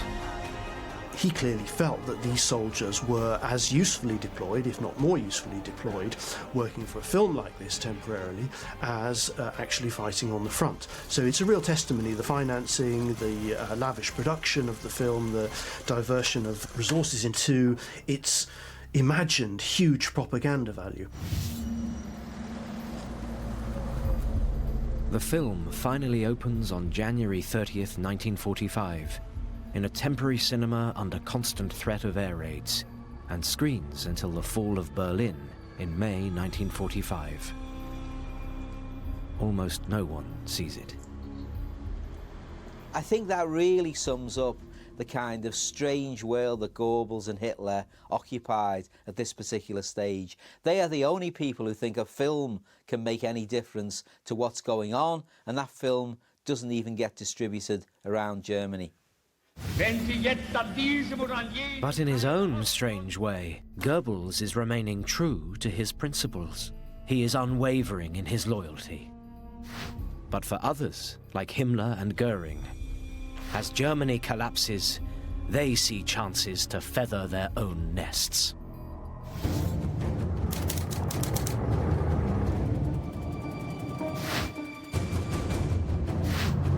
As the relentless Allied advance continues, there can be no doubt that the days of the 1,000-year Reich are numbered. Town after town surrenders. For them, the bombing is over. There's no question that defeat is looming.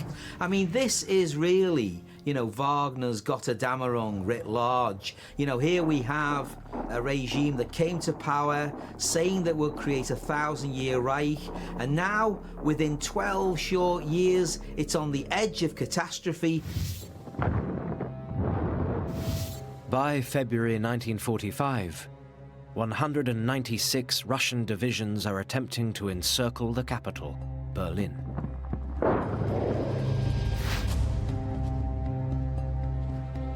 It's not quite every man for himself, but a lot of people are thinking this is obviously ending, it's ending soon, it's ending badly, and, Christmas 45 is not going to be a Nazi Christmas.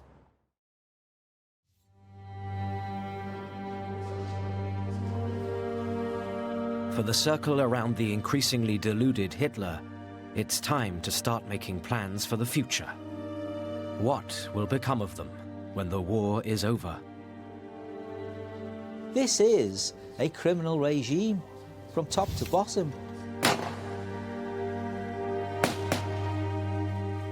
Everyone in some way is tainted by this regime and infected by this regime, and there are few in the Nazi elite who think they are going to escape justice here.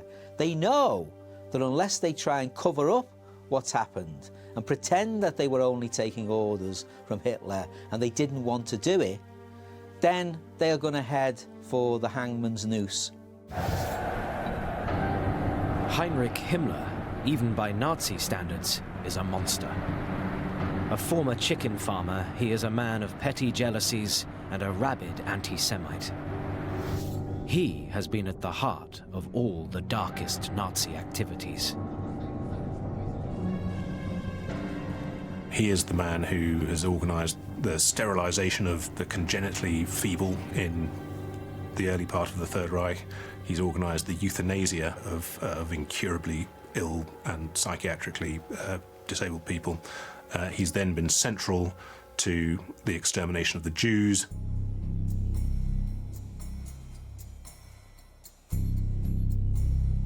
By 1945, his worst crime, the Holocaust, has become public knowledge. Himmler is personally responsible for the systematic state-sponsored murder of over 6 million people. And he knows that unless he does something to turn his personal situation round, he will be at the top of any list of war criminals when the war is over. He's seen in some ways as worse than Hitler. And the horrors of the camps are being realised, and they were Himmler's own particular province.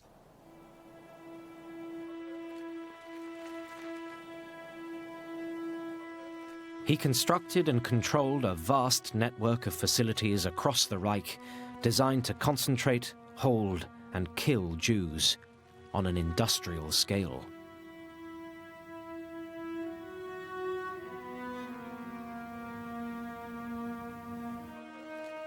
Everyone is thinking, the day of reckoning is coming. They know that the Allies are going to put them on trial for what has happened. They've said it long enough. There will be a war trial, and you, criminals, will be brought to book. From January 1945, Himmler tries to hide the evidence. The facilities used for extermination, the gas chambers at Auschwitz, for example, are all blown up so that they're not necessarily immediately recognizable for what they are. As the Russians advance through the occupied territories, Himmler forcibly marches the few surviving prisoners from the death camps in Poland to concentration camps in Germany. But this time, it is not just about covering his tracks. He thinks he's developed a cunning plan. The reason for the evacuation is not so much a cover-up, it's to maintain control over the Jewish prisoners so that Himmler still has this bargaining chip.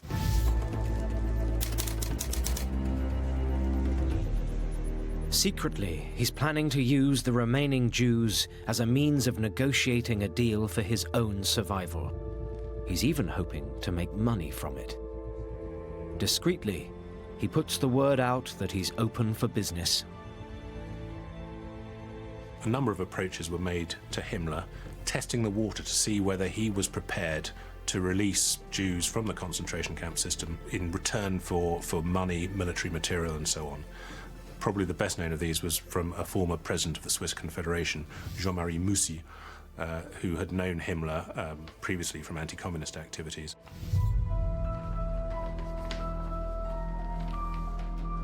Himmler makes Moussi an offer. He will free some of the Jews he holds in concentration camps in return for 20 million Swiss francs, to be paid by Jewish sources in the US. It's a measure of the callousness of Himmler that he would use Jewish lives in order to strike some sort of bargain to save, whatever skin he could. This is a man who'd been killing Jews for quite a few years now, in their millions, and now he's, negotiating with a few thousand here and there to get what he wants. It's just disgusting. Incredibly, Himmler even believes this might be the start of a process that could end with the Allies installing him as the future leader of Germany. So what Himmler is hoping to get from this is a reputation in the West as somebody who is prepared to do a deal and somebody who it might be worth dealing with into the future. This is a high-risk strategy for Himmler. Going behind Hitler's back to make money in return for releasing Jews goes against everything Hitler stands for. It contradicts every notion there'd been since 1922, that the enemy was the Jew, the enemy was international Jewry, and it could never be compromised with. It's a total destruction of the basic belief. It would destroy Nazism.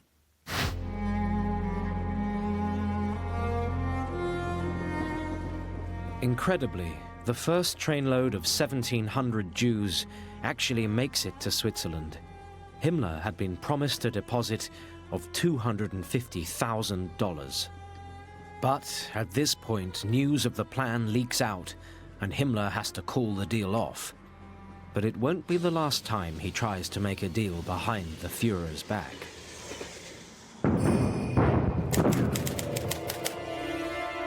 As Himmler plots, the military situation continues to deteriorate. Too late to successfully mount any form of serious counterattack or proper defense from the front, Hitler becomes cut off, spending more and more time in his Berlin bunker. The Red Army has marched all across Europe and is now at the very edge of Germany as well. Everything is going to come home to Hitler in that bunker.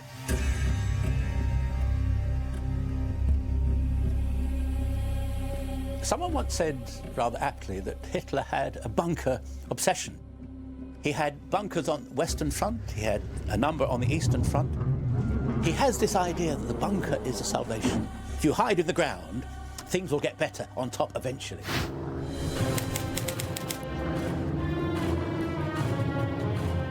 Above ground, Berlin is no longer safe. In their heaviest raid of the war, 1,500 American bombers dropped 2,000 tons of bombs on the Reich capital. The Chancellery area is badly hit, causing extensive destruction and knocking out the water, electricity, heating, and telephone lines. For Goebbels, This is another opportunity. Exaggerating the numbers killed, here and in other aerial raids, including the infamous Allied bombing of Dresden, he tries to foster a greater sense of public spirit and unity. But by now, no one cares. Life in Berlin for ordinary people in the final months of the war becomes extraordinarily difficult. The sheer business of survival, of getting food or basic hygiene, becomes so overwhelming that the strategy for survival is all that people can think about at this time.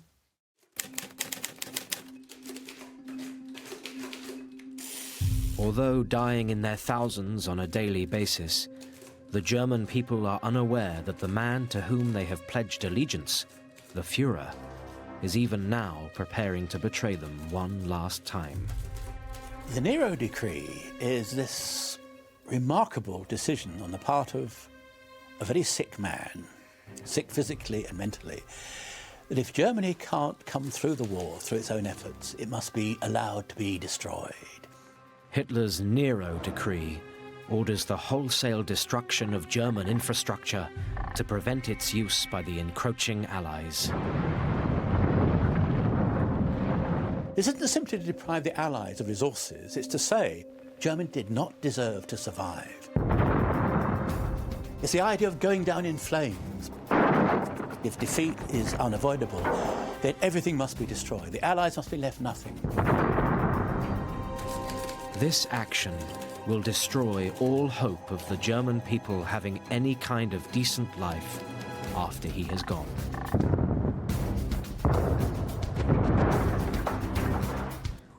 Hitler feels really that the German people have let him down and that they deserve, as part of this outcome of the social Darwinian struggle, deserve to die and be sacrificed to the greater forces of history. By now, beyond the bunker, the Third Reich is little more than a few isolated pockets in northern Europe, northern Italy, and Germany itself. The rest is under occupation and beyond Hitler's reach. The situation in March and April 1945, in many ways, is completely chaotic. There isn't a coherent national picture anymore. People take very little notice at this stage of what goes on in the bunker, of what Hitler might be thinking.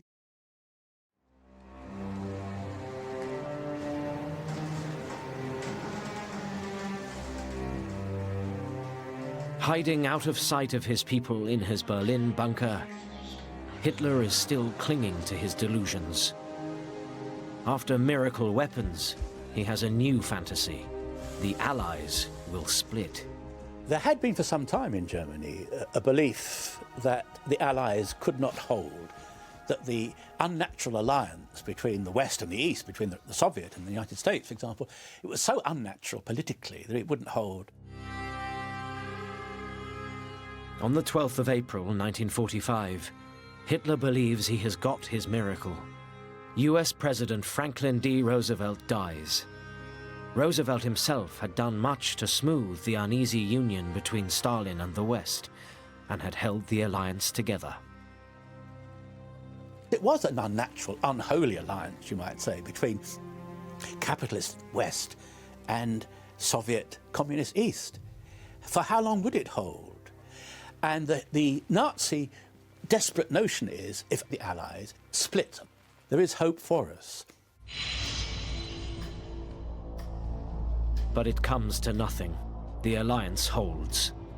The Western Allies give up on the race to Berlin, as it will fall under the Russian sphere of influence after the war, and they shelve their political differences until the unconditional surrender of Germany is achieved. The Red Army is closing in. On Hitler's 56th birthday, Russian long-range artillery starts bombarding Berlin city center. It's now just a matter of time.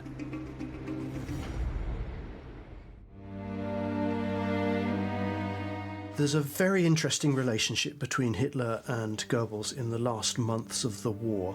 Goebbels spoke to him about the need to try to find a diplomatic solution to the war. But at the end, he had to concede that he couldn't change Hitler's set determination to continue the war militarily to the bitter end and, if necessary, to defeat.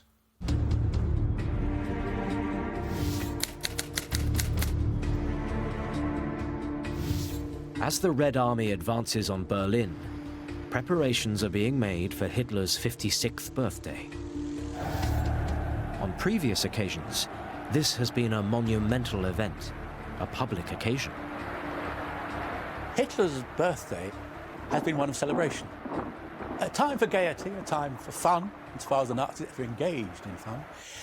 By 45, of course, the world has changed. Germany is heading for defeat, and everybody, including Hitler, knows this by his birthday.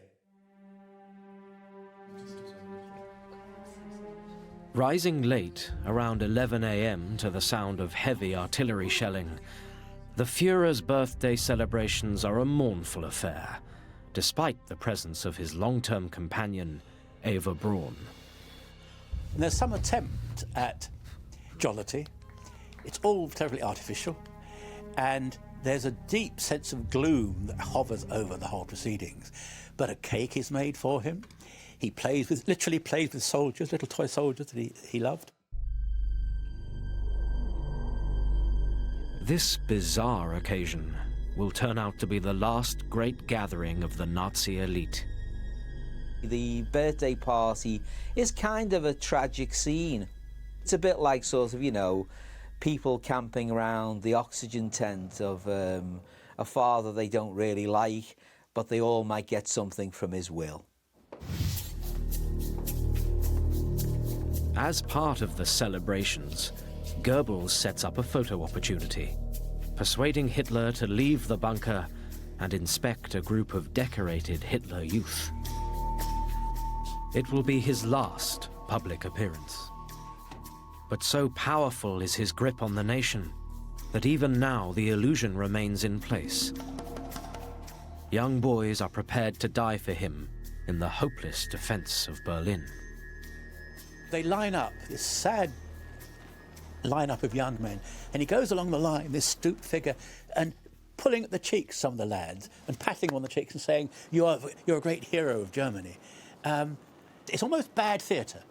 Perhaps it is bad theatre. He must have known the cause was lost. But he chats to them, he speaks to them as if they were the heroes of the future, as if there's some hope for them.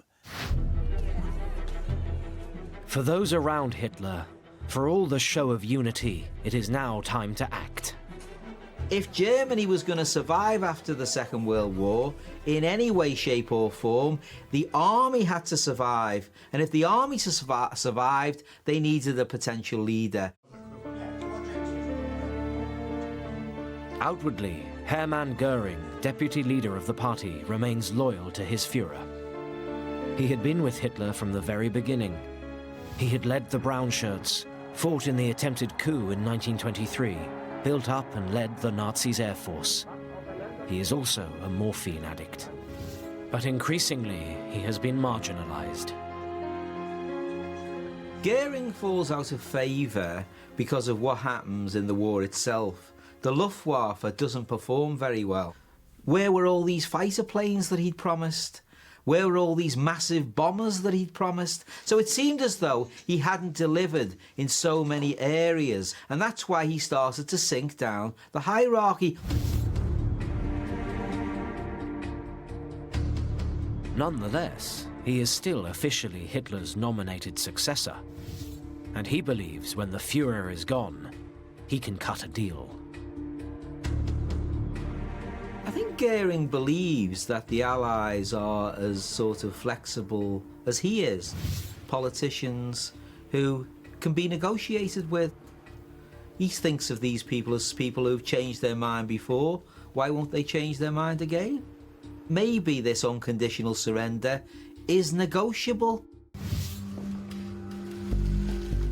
Even before the party is over, Göring is packing his bags. After a few vague words and a handshake, he leaves the birthday celebrations and heads for Berchtesgaden in the Bavarian Alps, safer and closer to the American lines. After swearing an oath of loyalty, Heinrich Himmler also leaves the party. I don't think anyone really understood at that point that Hitler was just going to stay in Berlin and go down in flames. So Himmler has to maintain the facade that he is loyal, that he's still working for the cause, although clearly by then he'd decided that it was all over.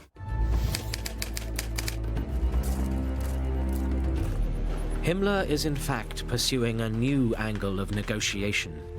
He has made contact with the vice president of the Swedish Red Cross, Count Folke Bernadotte, and is secretly maneuvering to increase his power and take over. What Bernadotte is looking for is the release of Scandinavian, Western European Jewish prisoners from the concentration camp system. Negotiations, including several face-to-face meetings between Himmler and Bernadotte, take place over the next few weeks, really leading up until the end of April 1945.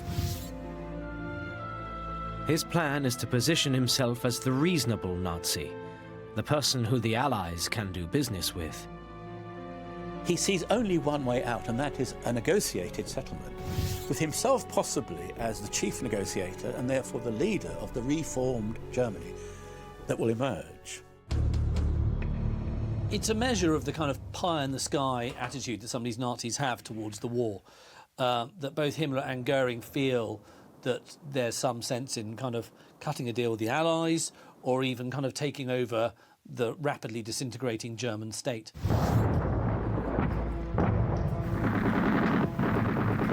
As for Hitler, he is now left in his bunker, completely unaware of the plans being made by his loyal followers.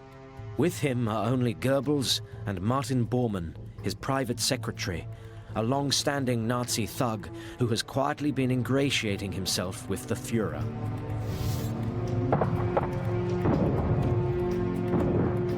As the war around Berlin continues to rage, discipline in the bunker starts to break down.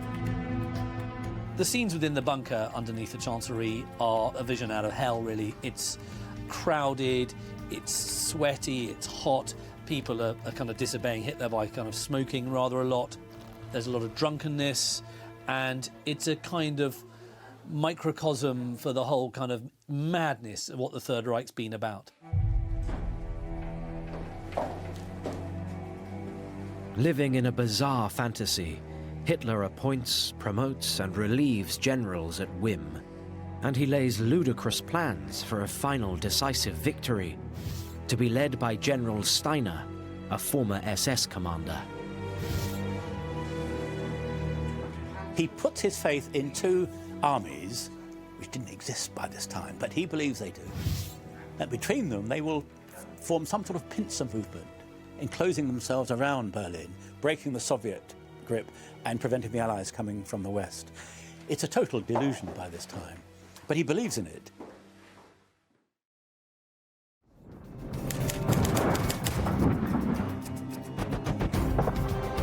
But just 2 days after his birthday, Berlin's inner circle of defenses are breached. The Soviet forces almost encircle the city. Worse still, without sufficient resources, Steiner is unable to launch his attack.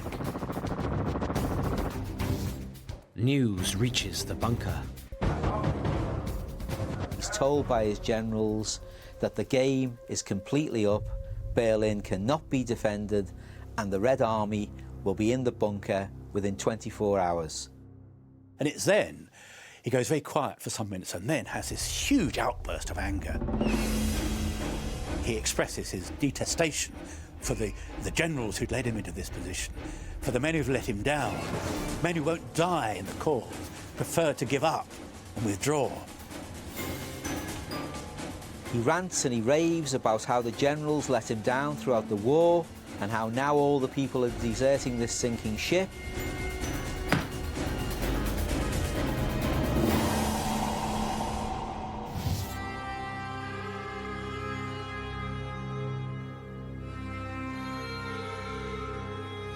Critically, he also says that everyone might as well go home. he has no further orders. Everyone present takes this as his abdication. Hitler is no longer the Führer. But no one tells the people of Germany. In the streets above the bunker, what's left of the population, young boys and old men, have been called up to continue the increasingly desperate defense of Berlin. There are very strict Führer's orders not to surrender, to fight literally to the last man. And that is, of course, in many ways what does happen in Berlin, where there is street-to-street fighting. Even today, if you walk through Berlin, you can still see bullet holes on many of the buildings from those final days of the war. In Berchtesgaden, news of Hitler's breakdown reaches Goering. He assumes Hitler is now unwilling or incapable of leading the party. The Hitler that he used to know in the early part of the Munich period no longer exists. This is an empty shell of a man. So, on the basis of the long-standing succession law, this means he can take over. He sends a telegram to Hitler saying, look, the game is up, you are trapped in Berlin. For the sake of the German Reich, give me the party officers as your deputy to take over as Führer, and I'll do my best to negotiate our way to the end of this war.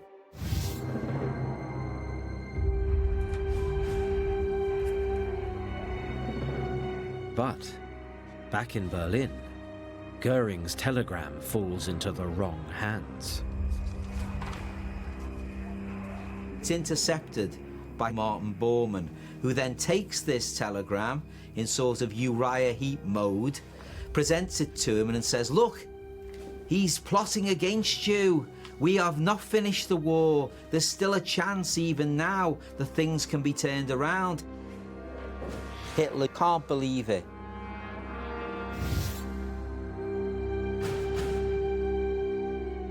Extraordinarily, with the war all but lost, Bormann now sees an opportunity for his own advancement and his chance to take over the Reich.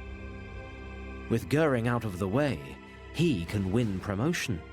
So he convinces Hitler of Goering's treachery and persuades the Führer to arrest and eject him from the party.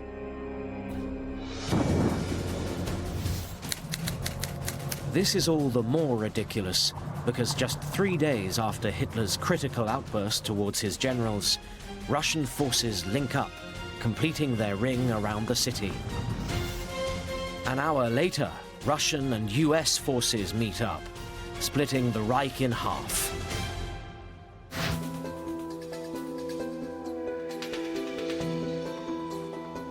Himmler also hears the news of the Führer's supposed abdication, and through Bernadotte writes a letter to the Western Allies. Himmler puts his cards on the table with Bernadotte that it's all over. He now styles himself the provisional leader of Germany and is hoping for peace with the British and Americans and an alliance against the Soviets. Himmler saw possibility that, as the man in control of the SS and the police, that he could maintain stability within Germany, he could prevent a sort of meltdown. He still saw himself as an important man, that's the key to it, and that he had influence within Germany. But in Stockholm, the letter is leaked to the international press. The negotiations are immediately broken off. The fallout for Himmler of this peace offer emerging is that he is immediately dismissed from all of his posts within the German government. The full extent of Himmler's betrayal is revealed to Hitler. I think it was a big personal blow for Hitler. He had assumed that of all the members of the Nazi hierarchy, Himmler was the one who was least likely to betray him.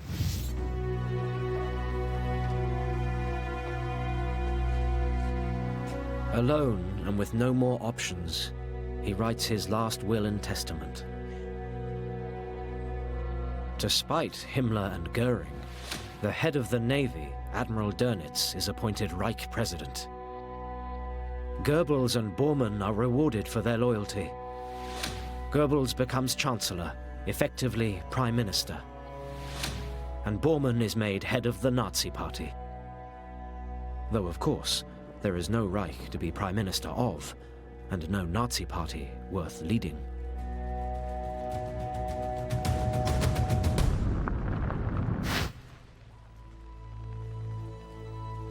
Hitler's final act is to marry his long-standing partner, Eva Braun.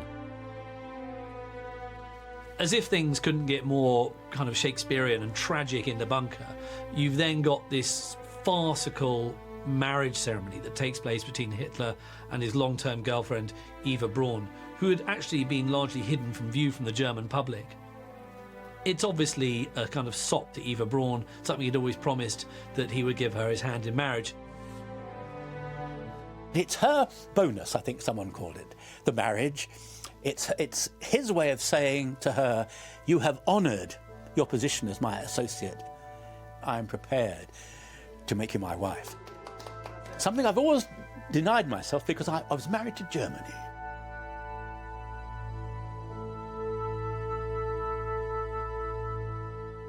He gives her a kiss in front of his acolytes. He's never done that before. The next day, we see that he has a final meal with his secretaries. He thanks them as well. He moves away. There's a tearful sort of interchange.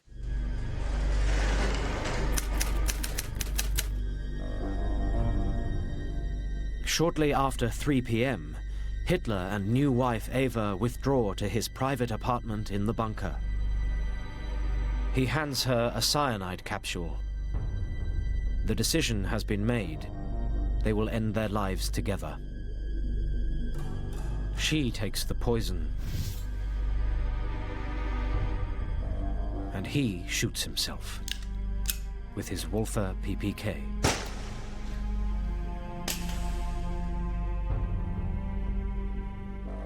It's a brutal, nasty end, and entirely fitting, frankly.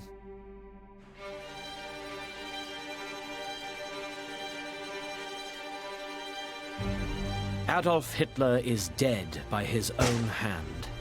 Betrayed by his most favored henchman, the regime is in its death throes. But even so, the German people are told one last lie. Führer headquarters reports that our Führer Adolf Hitler fell this afternoon in his command post in the Chancellery whilst fighting against Bolshevism to his last breath. The final Nazi lie is the fact that Hitler has gone down fighting in the streets of Berlin. Of course, it's completely untrue. The news of Hitler's death doesn't necessarily come as the big shock that we might imagine it to have been today. People in the final months of the war have become so preoccupied with the business of day-to-day survival that ideology and with it the person of Hitler have really taken a bit of a back seat. There are famous stories that refugees from the East are arriving in Lübeck and in Hamburg and being greeted by Red Cross helpers with the sentence, "Hitler's dead, would you like some hot soup?" And the second half of that sentence was infinitely more important than the first. Meanwhile, the Nazi government descends into farce.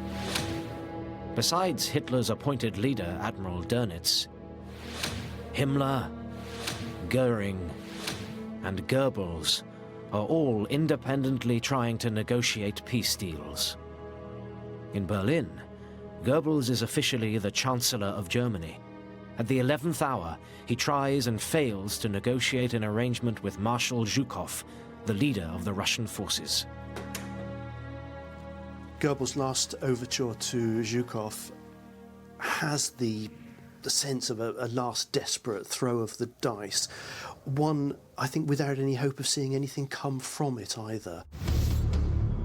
The Russians reject his approach. For Goebbels, it is now truly over. I think all the way through Goebbels' career, he's been so loyal to Hitler. He sees him as some kind of demigod. He's been his kind of promoter, his spin doctor, his propagandist. So he looks forward to a Germany without Hitler and without the Nazi Party with absolute horror.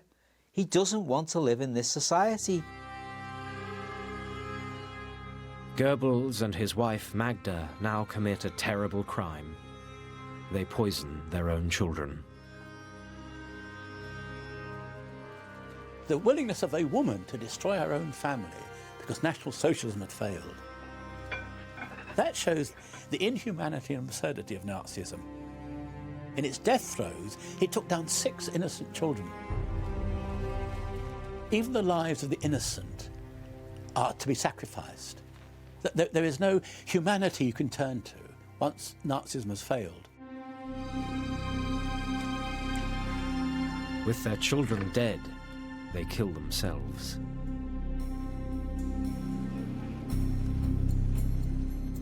As for Himmler, his attempt to negotiate a deal via contacts in Sweden has also collapsed. With no role left to play and cut loose from the party, he tries to lose himself within the hordes of POWs, but is spotted at a British Army checkpoint. Himmler is taken off for interrogation, and during the course of this, he takes his little round glasses out, puts them on his face, and says, "Heinrich Himmler." And they realize they've caught the big fish. An empty brass cyanide case is found, which initiates a full-body search. As the doctor goes for his mouth to hold it open, Himmler bit him, stepped back, took the capsule out of his tooth where it had been concealed, bit down on it. In an attempt to flush the cyanide from his body, doctors repeatedly force him to vomit. There's too much poison in his system, and he dies in agony on the floor of a British Army interrogation cell, wearing an old British Army shirt and nothing else.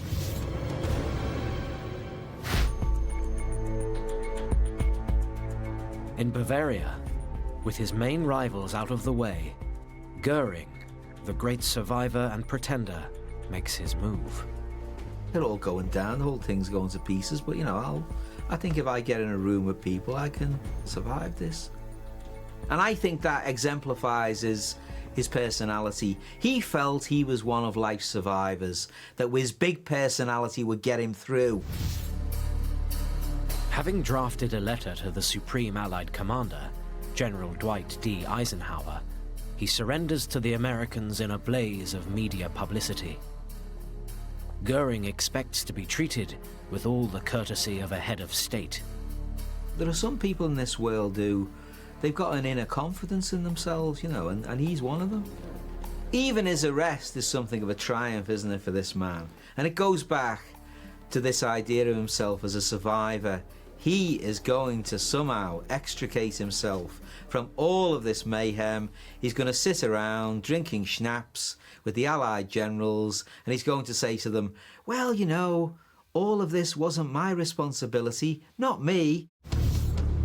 But Eisenhower won't see him, and now he's just another prisoner of war.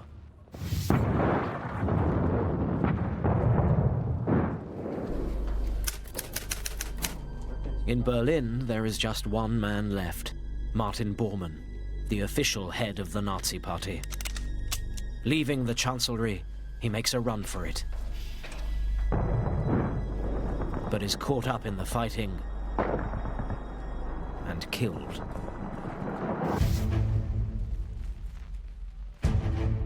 And so the 1,000-year Reich and its criminal leaders meet their fate.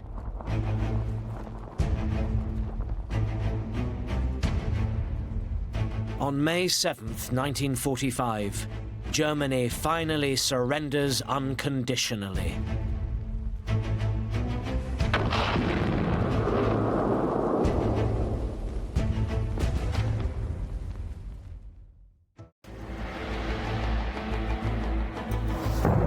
In 1945, Germany is defeated.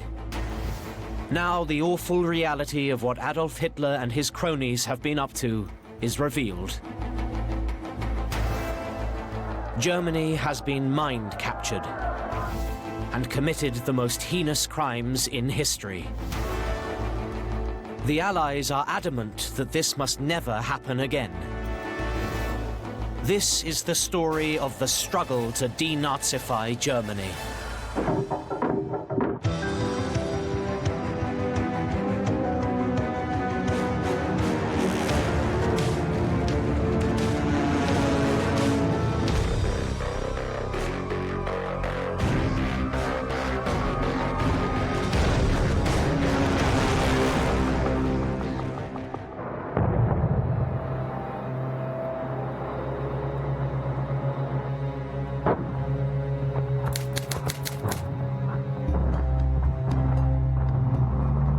Advancing through Germany, Allied forces make a gruesome discovery.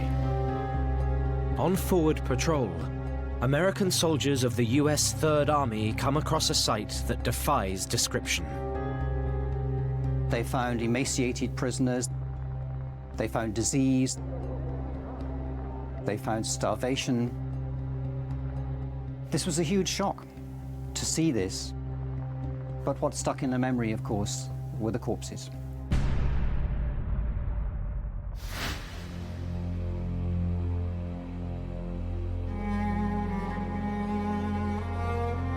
It is estimated that as many as 56,000 people died in the Buchenwald concentration camp, in some of the worst conditions imaginable. It was the second largest concentration camp on German soil. Some 900 children were liberated at Buchenwald, many of them in an absolutely terrible condition. Many of them died shortly afterwards. To put children, some so young as 3 or 4, in these camps and allow them to starve because they were useless eaters, as the SS put it. That was a level of inhumanity that I think shocked many of the Allies in a manner they simply could not come to terms with.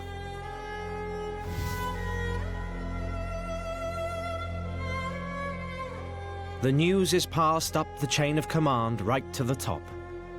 8 days later, the highest-ranking American generals in Europe, Eisenhower, Patton, and Bradley, visit the camp. When the camps were opened up, there was an intense feeling of anger that people like Eisenhower very strongly expressed. We must make these people suffer. We must punish them for what they've done. In the eyes of Supreme Commander Eisenhower and of the world, this kind of torture and beating practiced on the prisoners is a crime. He became determined that the world should know about these crimes. He became determined that they should be broadcast. Throughout Germany, the scene of death repeats itself in concentration camps along the path of the Allied advance. Films were made, photographs were taken. And as far as Eisenhower was concerned, it was a crime that the world was never to be allowed to forget, and the Germans never to be allowed to forget. This film shows the first time ordinary Germans are made to confront the horrific reality of what their beloved regime has been up to.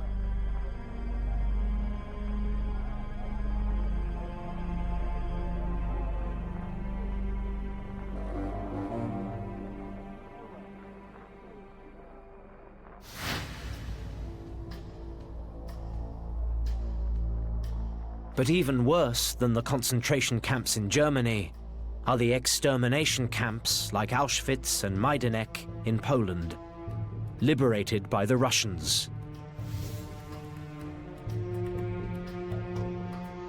The discovery of a network of these camps provides solid evidence of the systematic, wholesale, industrial murder of millions of people by gassing and extreme work under starvation conditions. The Allies realize the Nazis are an enemy, the like of which has never been seen before. They haven't been fighting against any old nation here. They've been fighting against a gangster regime that kills Jewish people. And they can see just the depth of humanity to which this regime has sunk. As the scale of the atrocities becomes apparent, It reveals the number of people that must have been involved. It seems that almost every German is implicated. You've got the train driver driving a trainload of Jews across Europe. He knows what's going on, but he's not asking any questions. You've got the civil servant working in some small department in Berlin who's probably responsible for supplying the cattle trucks. You've got, obviously, the kind of bigwigs making these decisions, but when you put all those cogs together, then you've got a murder machine.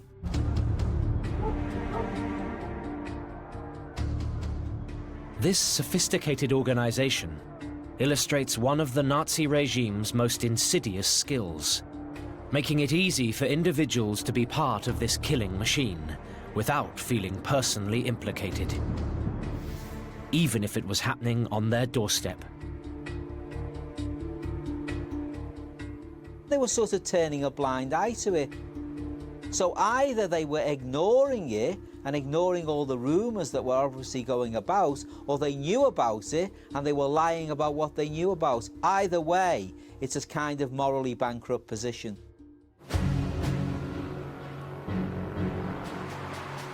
The extent of the crime is so great that the Allies realize that they need to change the mindset of the entire German people. The Allies think long and hard about what's appropriate and what's fair and what's just at the end of the Second World War. This has been a regime that has gone out consciously to exterminate whole populations. Millions of people have died. Enormous areas have been destroyed. And so the sense is this needs something special, this needs something new.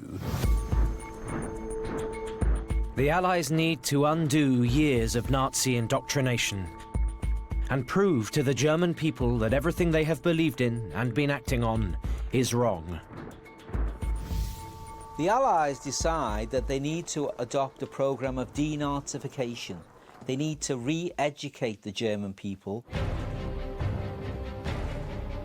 This is a huge challenge and will take time. The country is under military occupation, governed by regional commanders with differing agendas. A uniform nationwide approach is needed. The Allies decide to implement a three-point plan. First, they abolish the Nazi Party. Crowds gather in the marketplace to hear Allied orders, to read the Allied proclamations disbanding the Nazi Party, Nazi laws and institutions. Secondly, they need to identify its criminal members. Finally, they need to bring its leaders to justice. But this is harder than it seems. Adolf Hitler, the criminal mastermind behind the Third Reich, is dead. Joseph Goebbels, his propaganda minister, also commits suicide. As does Heinrich Himmler, the man responsible for the Holocaust. But they have captured Hermann Göring. He had been with Hitler from the very beginning. He had led the Brown Shirts, fought in the attempted coup in 1923, and built up and led the Nazis' air force. Here is a man known throughout the world as being Hitler's number two. He's been involved in everything. The Gestapo, the Final Solution, everywhere. His finger is in every single pie. Here is the man that they can hold up as one of the chief perpetrators of the whole war crimes machine of the Third Reich.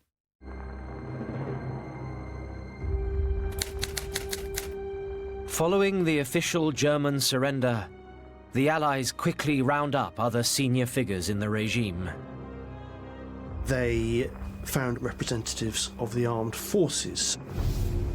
So Keitel, Jodl, who are the senior generals, Dönitz, who had been in charge of the U-boats and then had been briefly Chancellor after Hitler's suicide. Speer, the armaments minister, who had drafted in millions of people from all over Europe to serve as slave labourers in Nazi Germany. They decide to prove to the German people once and for all that their leaders are no more than criminals. The Allies decide on an unprecedented step to put them on trial for war crimes.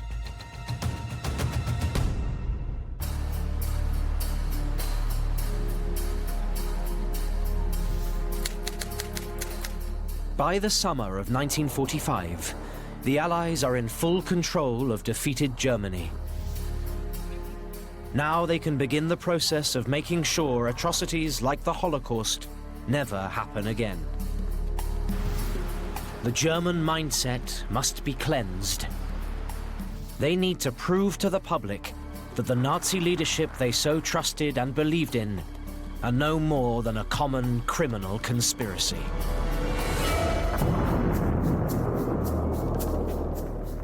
It was no longer sufficient for these individuals to say, we were following the orders of the state. The Allies wanted to demonstrate that these actions, these decisions, were not merely political actions, but actions that had crossed a line into illegality. In London, during June 1945, the world's first international tribunal drafts an entire new set of laws. These laws define the crimes the Nazis have committed. There were 4 crimes. Crimes against peace, which is waging illegal war. War crimes, breaking the rules on methods and means of warfare, the Hague Conventions. War crimes include shooting prisoners of war. But there is worse. Crimes against humanity, terrible atrocities against individuals.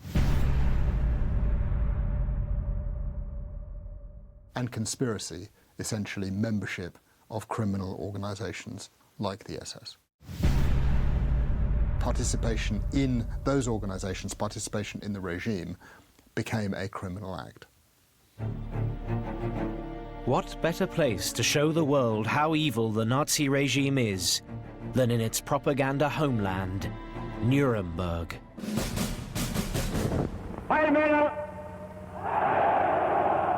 Nuremberg had been the site of the great Nazi Party rallies in the 1930s and was where the infamous laws on German citizenship had been passed.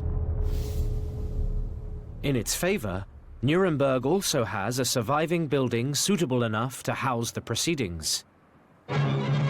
Prelude to the Nuremberg trials. The courtroom is being made ready. The tribunal before which top-ranking Nazis will appear for the war criminal trial. The scarred Palace of Justice with a bit of renovation is an ideal location. This courtroom is temporarily expanded to provide a gallery for 350 representatives of the world's press and seating for 400 members of the public. This will be the venue for the trial of the century.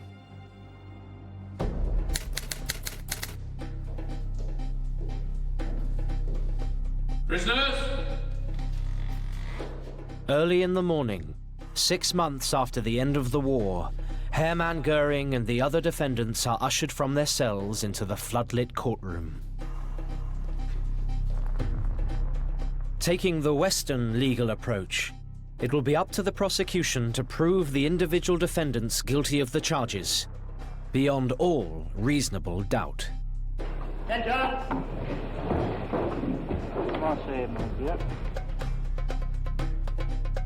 Britain's Lord Justice Lawrence addresses the defendants to plead guilty or not guilty to the charges against them. Bekenne mich im Sinne der Anklage nicht schuldig. Not guilty.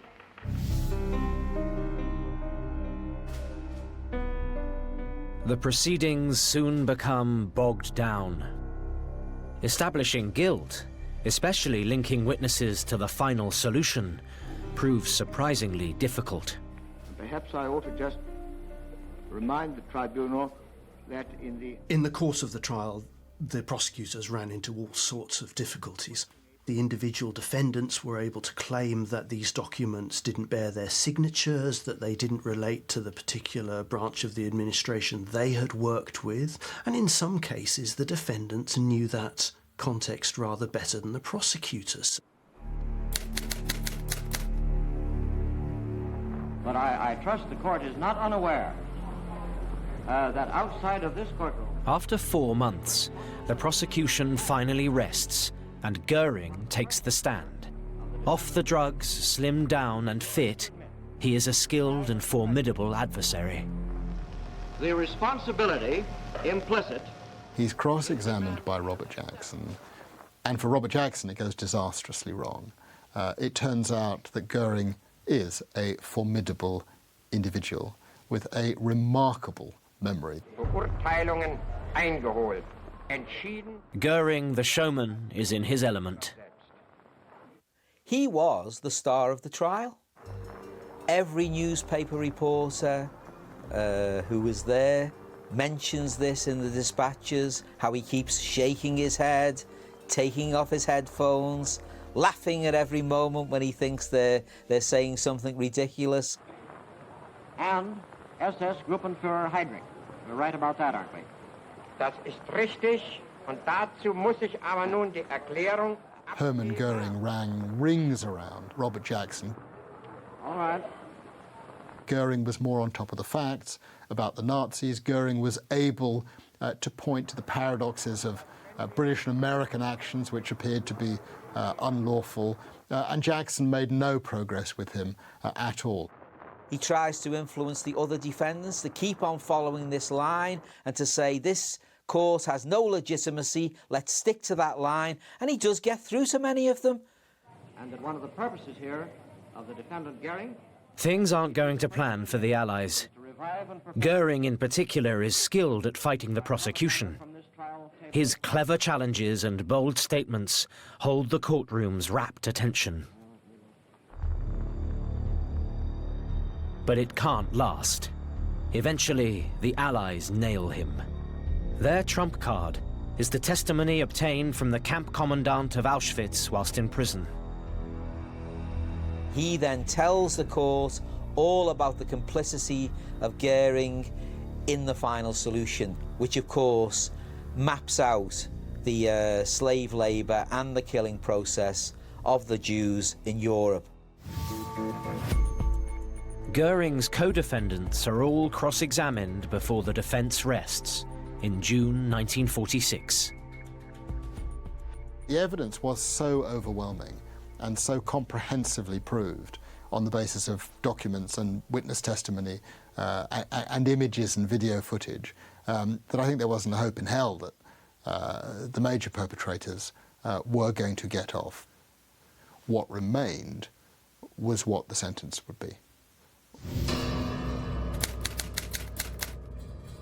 At 3 p.m, in private, away from the glare of the cameras and public, the defendants are returned from the cells to the court to hear the verdicts. As the highest-ranking remaining Nazi, Goering is sentenced to death. Chief of Operations Staff, General Jodl, and his boss, General Keitel, are also condemned to death, along with Foreign Minister von Ribbentrop. For others, it's a prison sentence. Admiral Dönitz, Hitler's official successor, gets 10 years.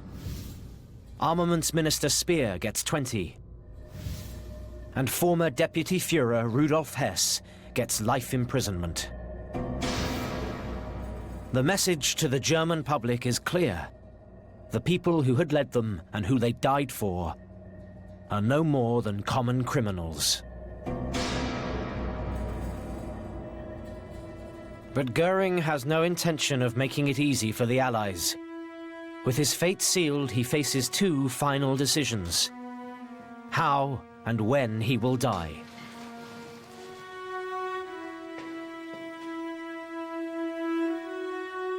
He's faced with the guilty verdict. He knows he's going to be executed. He even tries to negotiate his form of execution. He says that as a military man, he should face a firing squad and not be hung. But the Allies insist he be hanged.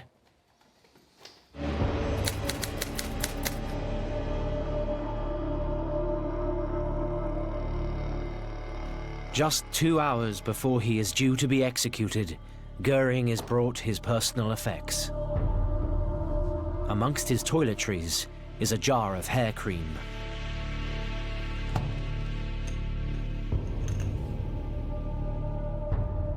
It seems that hidden within it was a capsule of potassium cyanide. At 10 minutes to 11, the last of the Nazi leaders takes his own life. He escapes the hangman right at the 11th hour. Right to the very end, he's a survivor and he leaves the earth on his own terms. Even so, Phase 1 of de-Nazification is successfully completed. The Nazi leadership have been dealt with. But now the Allies face a much bigger problem. How do you denazify 70 million Germans?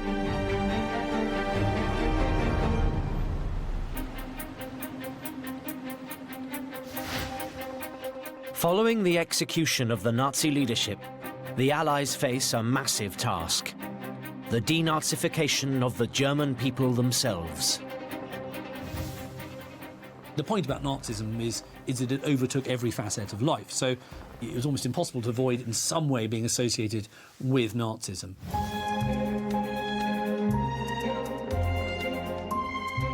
Only now does the truly insidious nature of Nazism become clear. It pervades all aspects of life, from birth, through marriage, and into death. It even dictated what you ate for dinner on Sunday.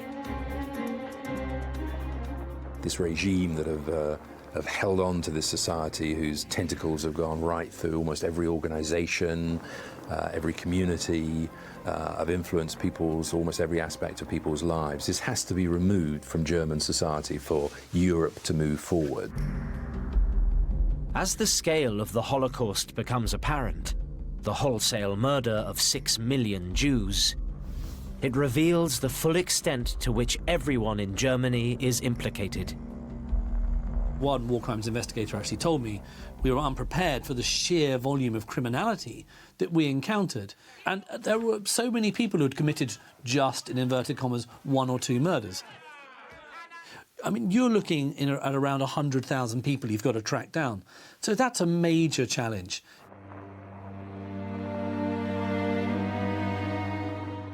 An obvious place to look is within the military, but that also presents a problem. By the end of the war, 5 million German soldiers are POWs, held in temporary camps in appalling conditions across Europe, waiting to be processed. Prisoners are interviewed.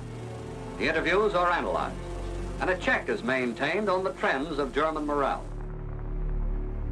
Right through 1945, particularly through the summer of 1945, there is a process of vetting going on. And in all of the Allied prisoner of war camps, there was an attempt to screen these millions of people and to sift out from amongst them those who were potentially war criminals and should be subject to some kind of legal process. Even capture cannot shake the arrogant faith in the Nazi creed that's been bred in them from childhood. You've had this criminal mentality that's overtaken a nation, and you need to eradicate it. And what you can't do is allow the idea of Nazism to be involved in public life at all.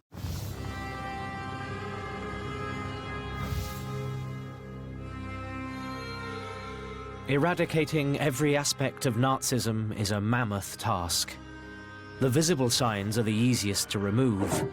The swastika is banned, and symbolic eagle imagery is destroyed. But breaking down the Nazi mentality is much harder. There are 8 million members of the Nazi Party.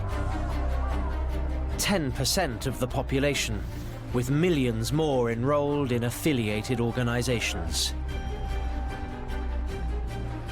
One of the problems with denazification is that just if you're a member of the Nazi Party, it doesn't automatically make you a Nazi with a capital N. There were people joining the Nazi Party simply because if they weren't in the party, they couldn't keep their jobs, and therefore, they would be out of work and their children and families would suffer. Anybody who's been in any position of leadership or authority for the last decade and a half is going to in some way have some sort of tainting with Nazism. The Allies initially decree that all party members be removed and excluded from public office and positions of power, but this proves impractical. It's a very complicated, difficult thing to do because Nazism had gone so deep in German society that if you literally remove all people who had any link with the Nazi regime, you're going to be left with almost nobody. Maybe a few bus conductors or railway clerks or people whose jobs were completely unpolitical. With so many people involved in every aspect of the Nazi regime, the Allies decide to focus their attention on locating and pursuing the most committed Nazis. People working in the public services, in education, in the police, the judiciary, were required to fill in a questionnaire, a lengthy questionnaire, upwards of 80 questions, which effectively probed their political history. By Christmas 1945, 500,000 forms have been processed at a rate of 10,000 a day. But with 7 million still to assess, the task will take another 2 years, and even then, only a small proportion are prosecuted.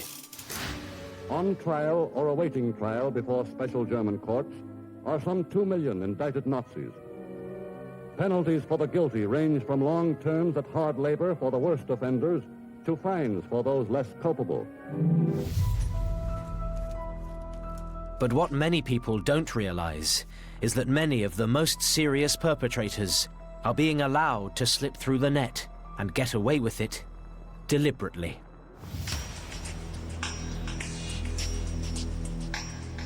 As denazification progresses, the Allies discover they have more important issues to deal with.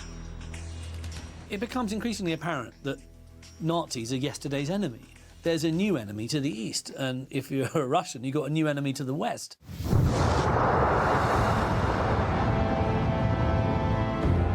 This is the start of the Cold War, an escalation of political and military tension that would set the Allies against each other and take the world back to the brink of war. I mean, the Cold War pretty much starts, you could argue, on the 9th of May 45, the day after the collapse.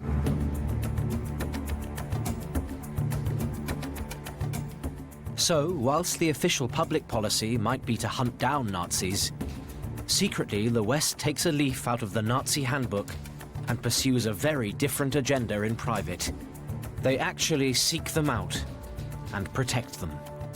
I think that there's a large amount of cynicism that you can attach to the behaviour of the Americans and the British and indeed the Soviets in the wake of the collapse. Yes, they want to find war criminals, but at the same time, you are taking over a country which has got a lot of very important people who are extremely well qualified to help you with your projects back at home. There's no clearer example than in the case of the German rocket scientists. The extraordinary rocket program that the Germans developed from the mid-30s onwards is led by a young aristocrat, a man called Wernher von Braun.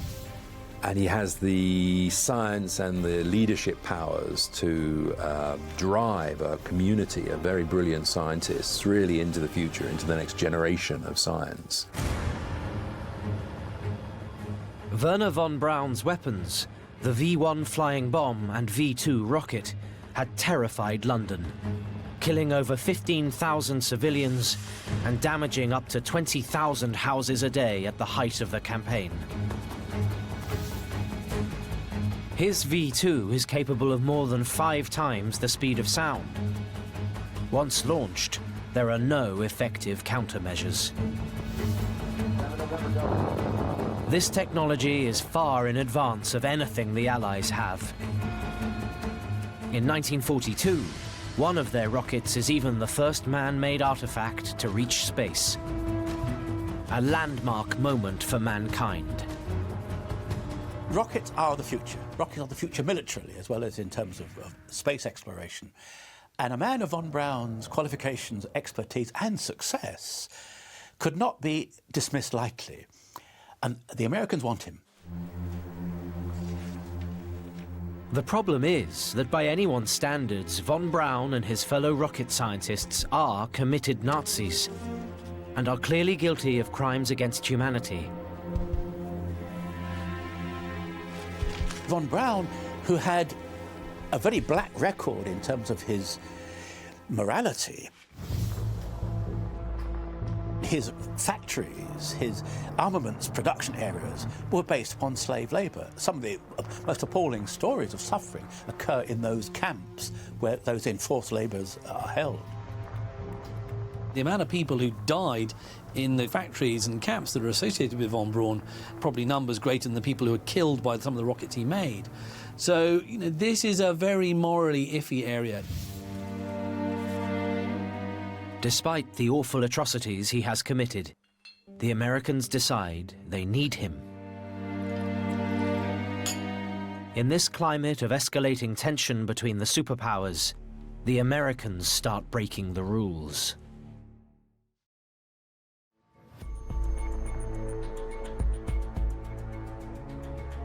"765 top scientists and engineers from Hitler's military research programs are whisked away to America without undergoing any process of de-Nazification.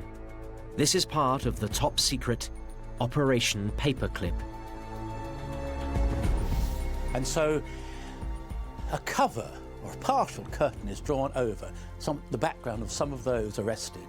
If they can be of use to the Allies individually, then the de-Nazification policy won't be followed through 100%. But there are complications. Officially, US law prohibits any Nazis from entering America. And President Truman himself has expressly forbidden proven Nazis to be recruited. To get around the slightly embarrassing fact that a lot of the scientists have got a link with the Nazi Party, the American intelligence agencies actually just rewrite their pasts. They bleach out their Nazi associations, give them sort of new sets of papers. I mean, it's really quite scandalous looking back on it, what's done. There was a cover-up, lies, we have to say, so that the true reality of what some of these Nazis had done would not be revealed.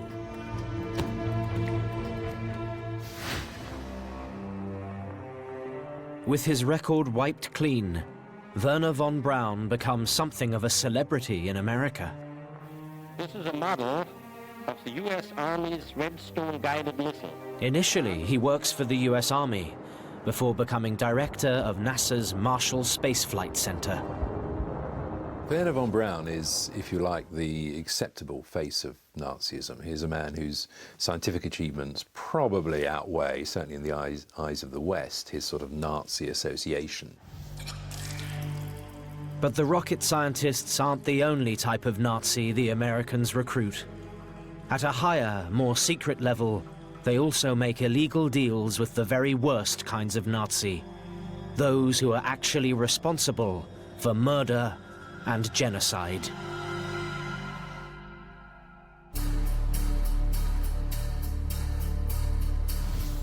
At the end of the war, the West is committed to eradicating Nazism and hunting down all war criminals. But the advent of the Cold War and mounting tensions between East and West starts to shift the focus of the Allies. There was never a total commitment to de-Nazification. Perhaps there should have been in moral terms, but there wasn't. And the politics tells us why. The Soviet and the West are at loggerheads. Germany becomes the front line in this new conflict between East and West. The division of Germany is agreed upon. Troops of the United States, Britain, and France are to occupy the western portion of the country. The Soviet Union, the eastern portion. These zones, separately controlled by the Allies, create a hotbed of intrigue and espionage, fueling an atmosphere of suspicion. The Soviet zone encircles Berlin, which itself becomes a divided city, creating far-reaching problems for the occupying troops.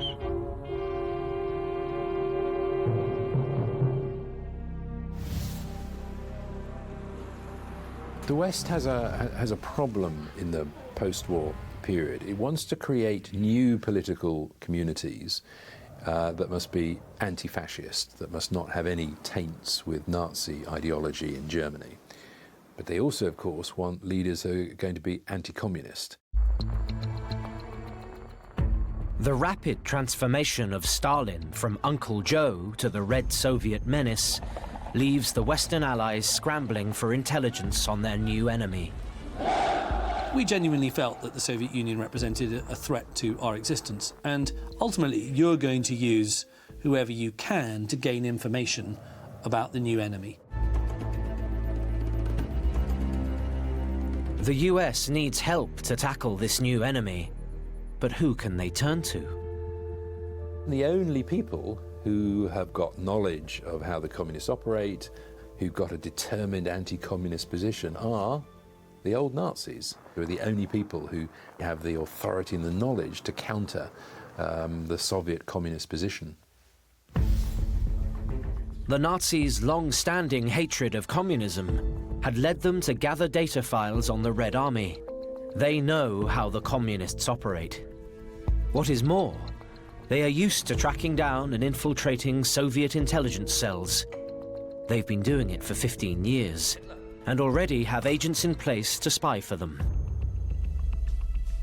They've got a picture of Soviet politics and Soviet decision-making that a lot of people in Britain and America just don't have. That's a sort of a big area of ignorance in the West. To acquire this vital new intelligence, the Americans need to recruit from the very worst Nazi agencies. They need people from the Gestapo and SS. Amongst those they recruit is former Gestapo officer Klaus Barbie. Barbie was a career Nazi with a brutal streak. As a boy, he had joined the Hitler Youth. Barbie's Nazi career then flourished. Firstly, he joined Hitler's elite SS, perfect specimens of the master race, hand-picked for their hatred of Jews and extreme fanaticism. Before moving into the Gestapo, the Nazis' dreaded secret police. If you wanted to think of the classic kind of comic book pantomime Gestapo officer, Klaus Barbie's going to fit the bill. He ended up performing absolutely foul acts of brutality on men, women and children in the names of trying to extract information. At just 29, Barbie is a brutal, sadistic killer who laughs whilst personally torturing and murdering prisoners.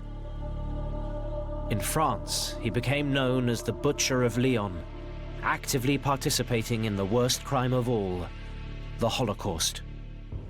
This is an absolute prima facie war criminal.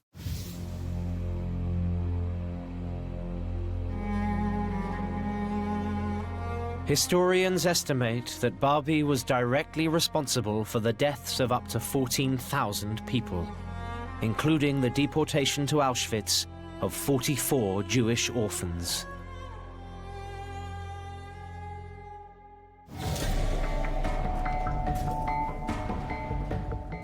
But Klaus Barbie has also been specially trained in counter-espionage, skills he's honed, amongst others, on the Russians. These same skills in infiltrating communist networks make him and others like him hugely attractive to the Americans. You know, the world changes very, very quickly, and what someone like Klaus Barbie is very good at doing is recognising that, you know, the tables have turned.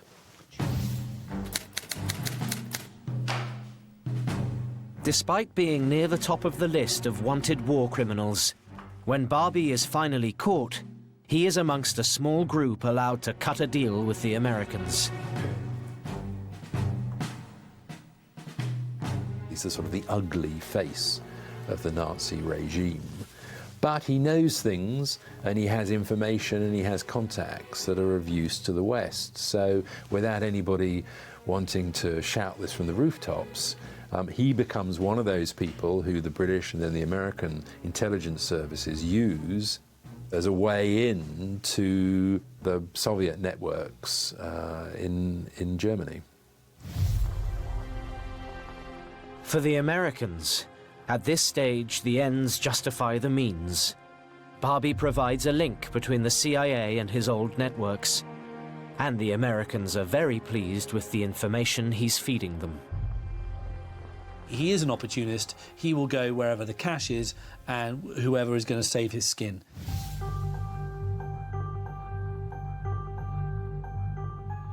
But in June 1949, the truth comes out. The man the French had sentenced to death for war crimes is working for the Americans. By 1950, the writing's on the wall for Barbie's usefulness as an agent, and it's proving very embarrassing to the Americans to have someone who's committed some pretty bestial and heinous acts on their payroll. But rather than hand him over to be tried for war crimes, US intelligence opts for a conspiracy plan straight out of the Nazi handbook. What the Americans decide to do is they think they'll send him down what has now become called the rat line.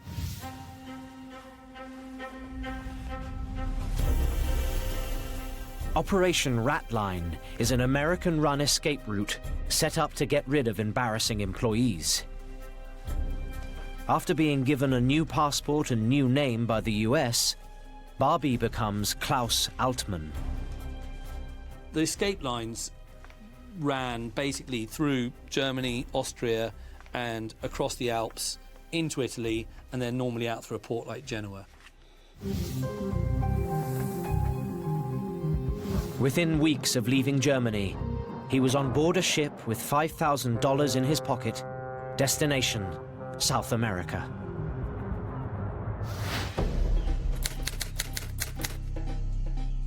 It will be 32 years before he is seen in the West again.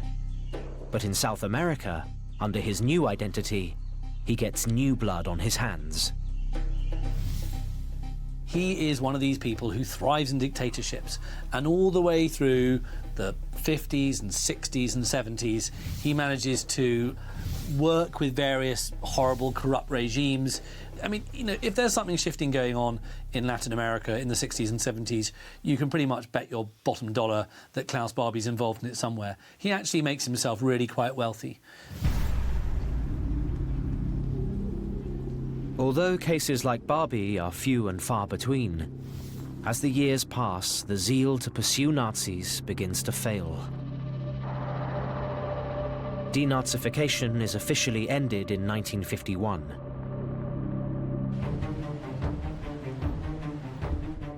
Disgusted at how reluctant the authorities have become, increasingly it is down to individuals to take matters into their own hands. These are the Nazi hunters. The Nazi hunters are an extraordinary and curious phenomenon. These were people who had themselves suffered individually at the hands of the Nazis. There's therefore a sense of personal mission, a mission of justice as much as of retribution. It devolved to people like Simon Wiesenthal, independent people who tried to hunt down Nazis using limited resources. And really, that just shows you how little there was of a Nazi hunting mentality amongst the Allies. It was sort of, let's forget about it, don't mention the war. These documents show that Geckis was not only a member of a police battalion which carried out the liquidation of Jews, But for individuals, the fight continues. Statements of eyewitnesses. Former Nazis are meticulously tracked down, even as far afield as South America. A lot of people are aware of the fact that Klaus Altmann is indeed Klaus Barbie. And among them are these couple of Nazi hunters called Serge and Beate Klarsfeld. And it's Beate Klarsfeld who decides to go to South America and, you know, harangues the Bolivians that they've got Klaus Barbie in their borders. Thanks to the efforts of the Klarsfelds, Barbie is sensationally returned to France, where he is convicted and sentenced to life imprisonment. He dies in the same Lyon prison where he committed so many vile acts in the 1940s.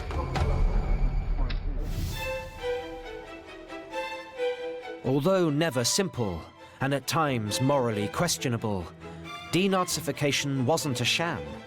It did succeed. Its best testament is to look at what Germany is like today.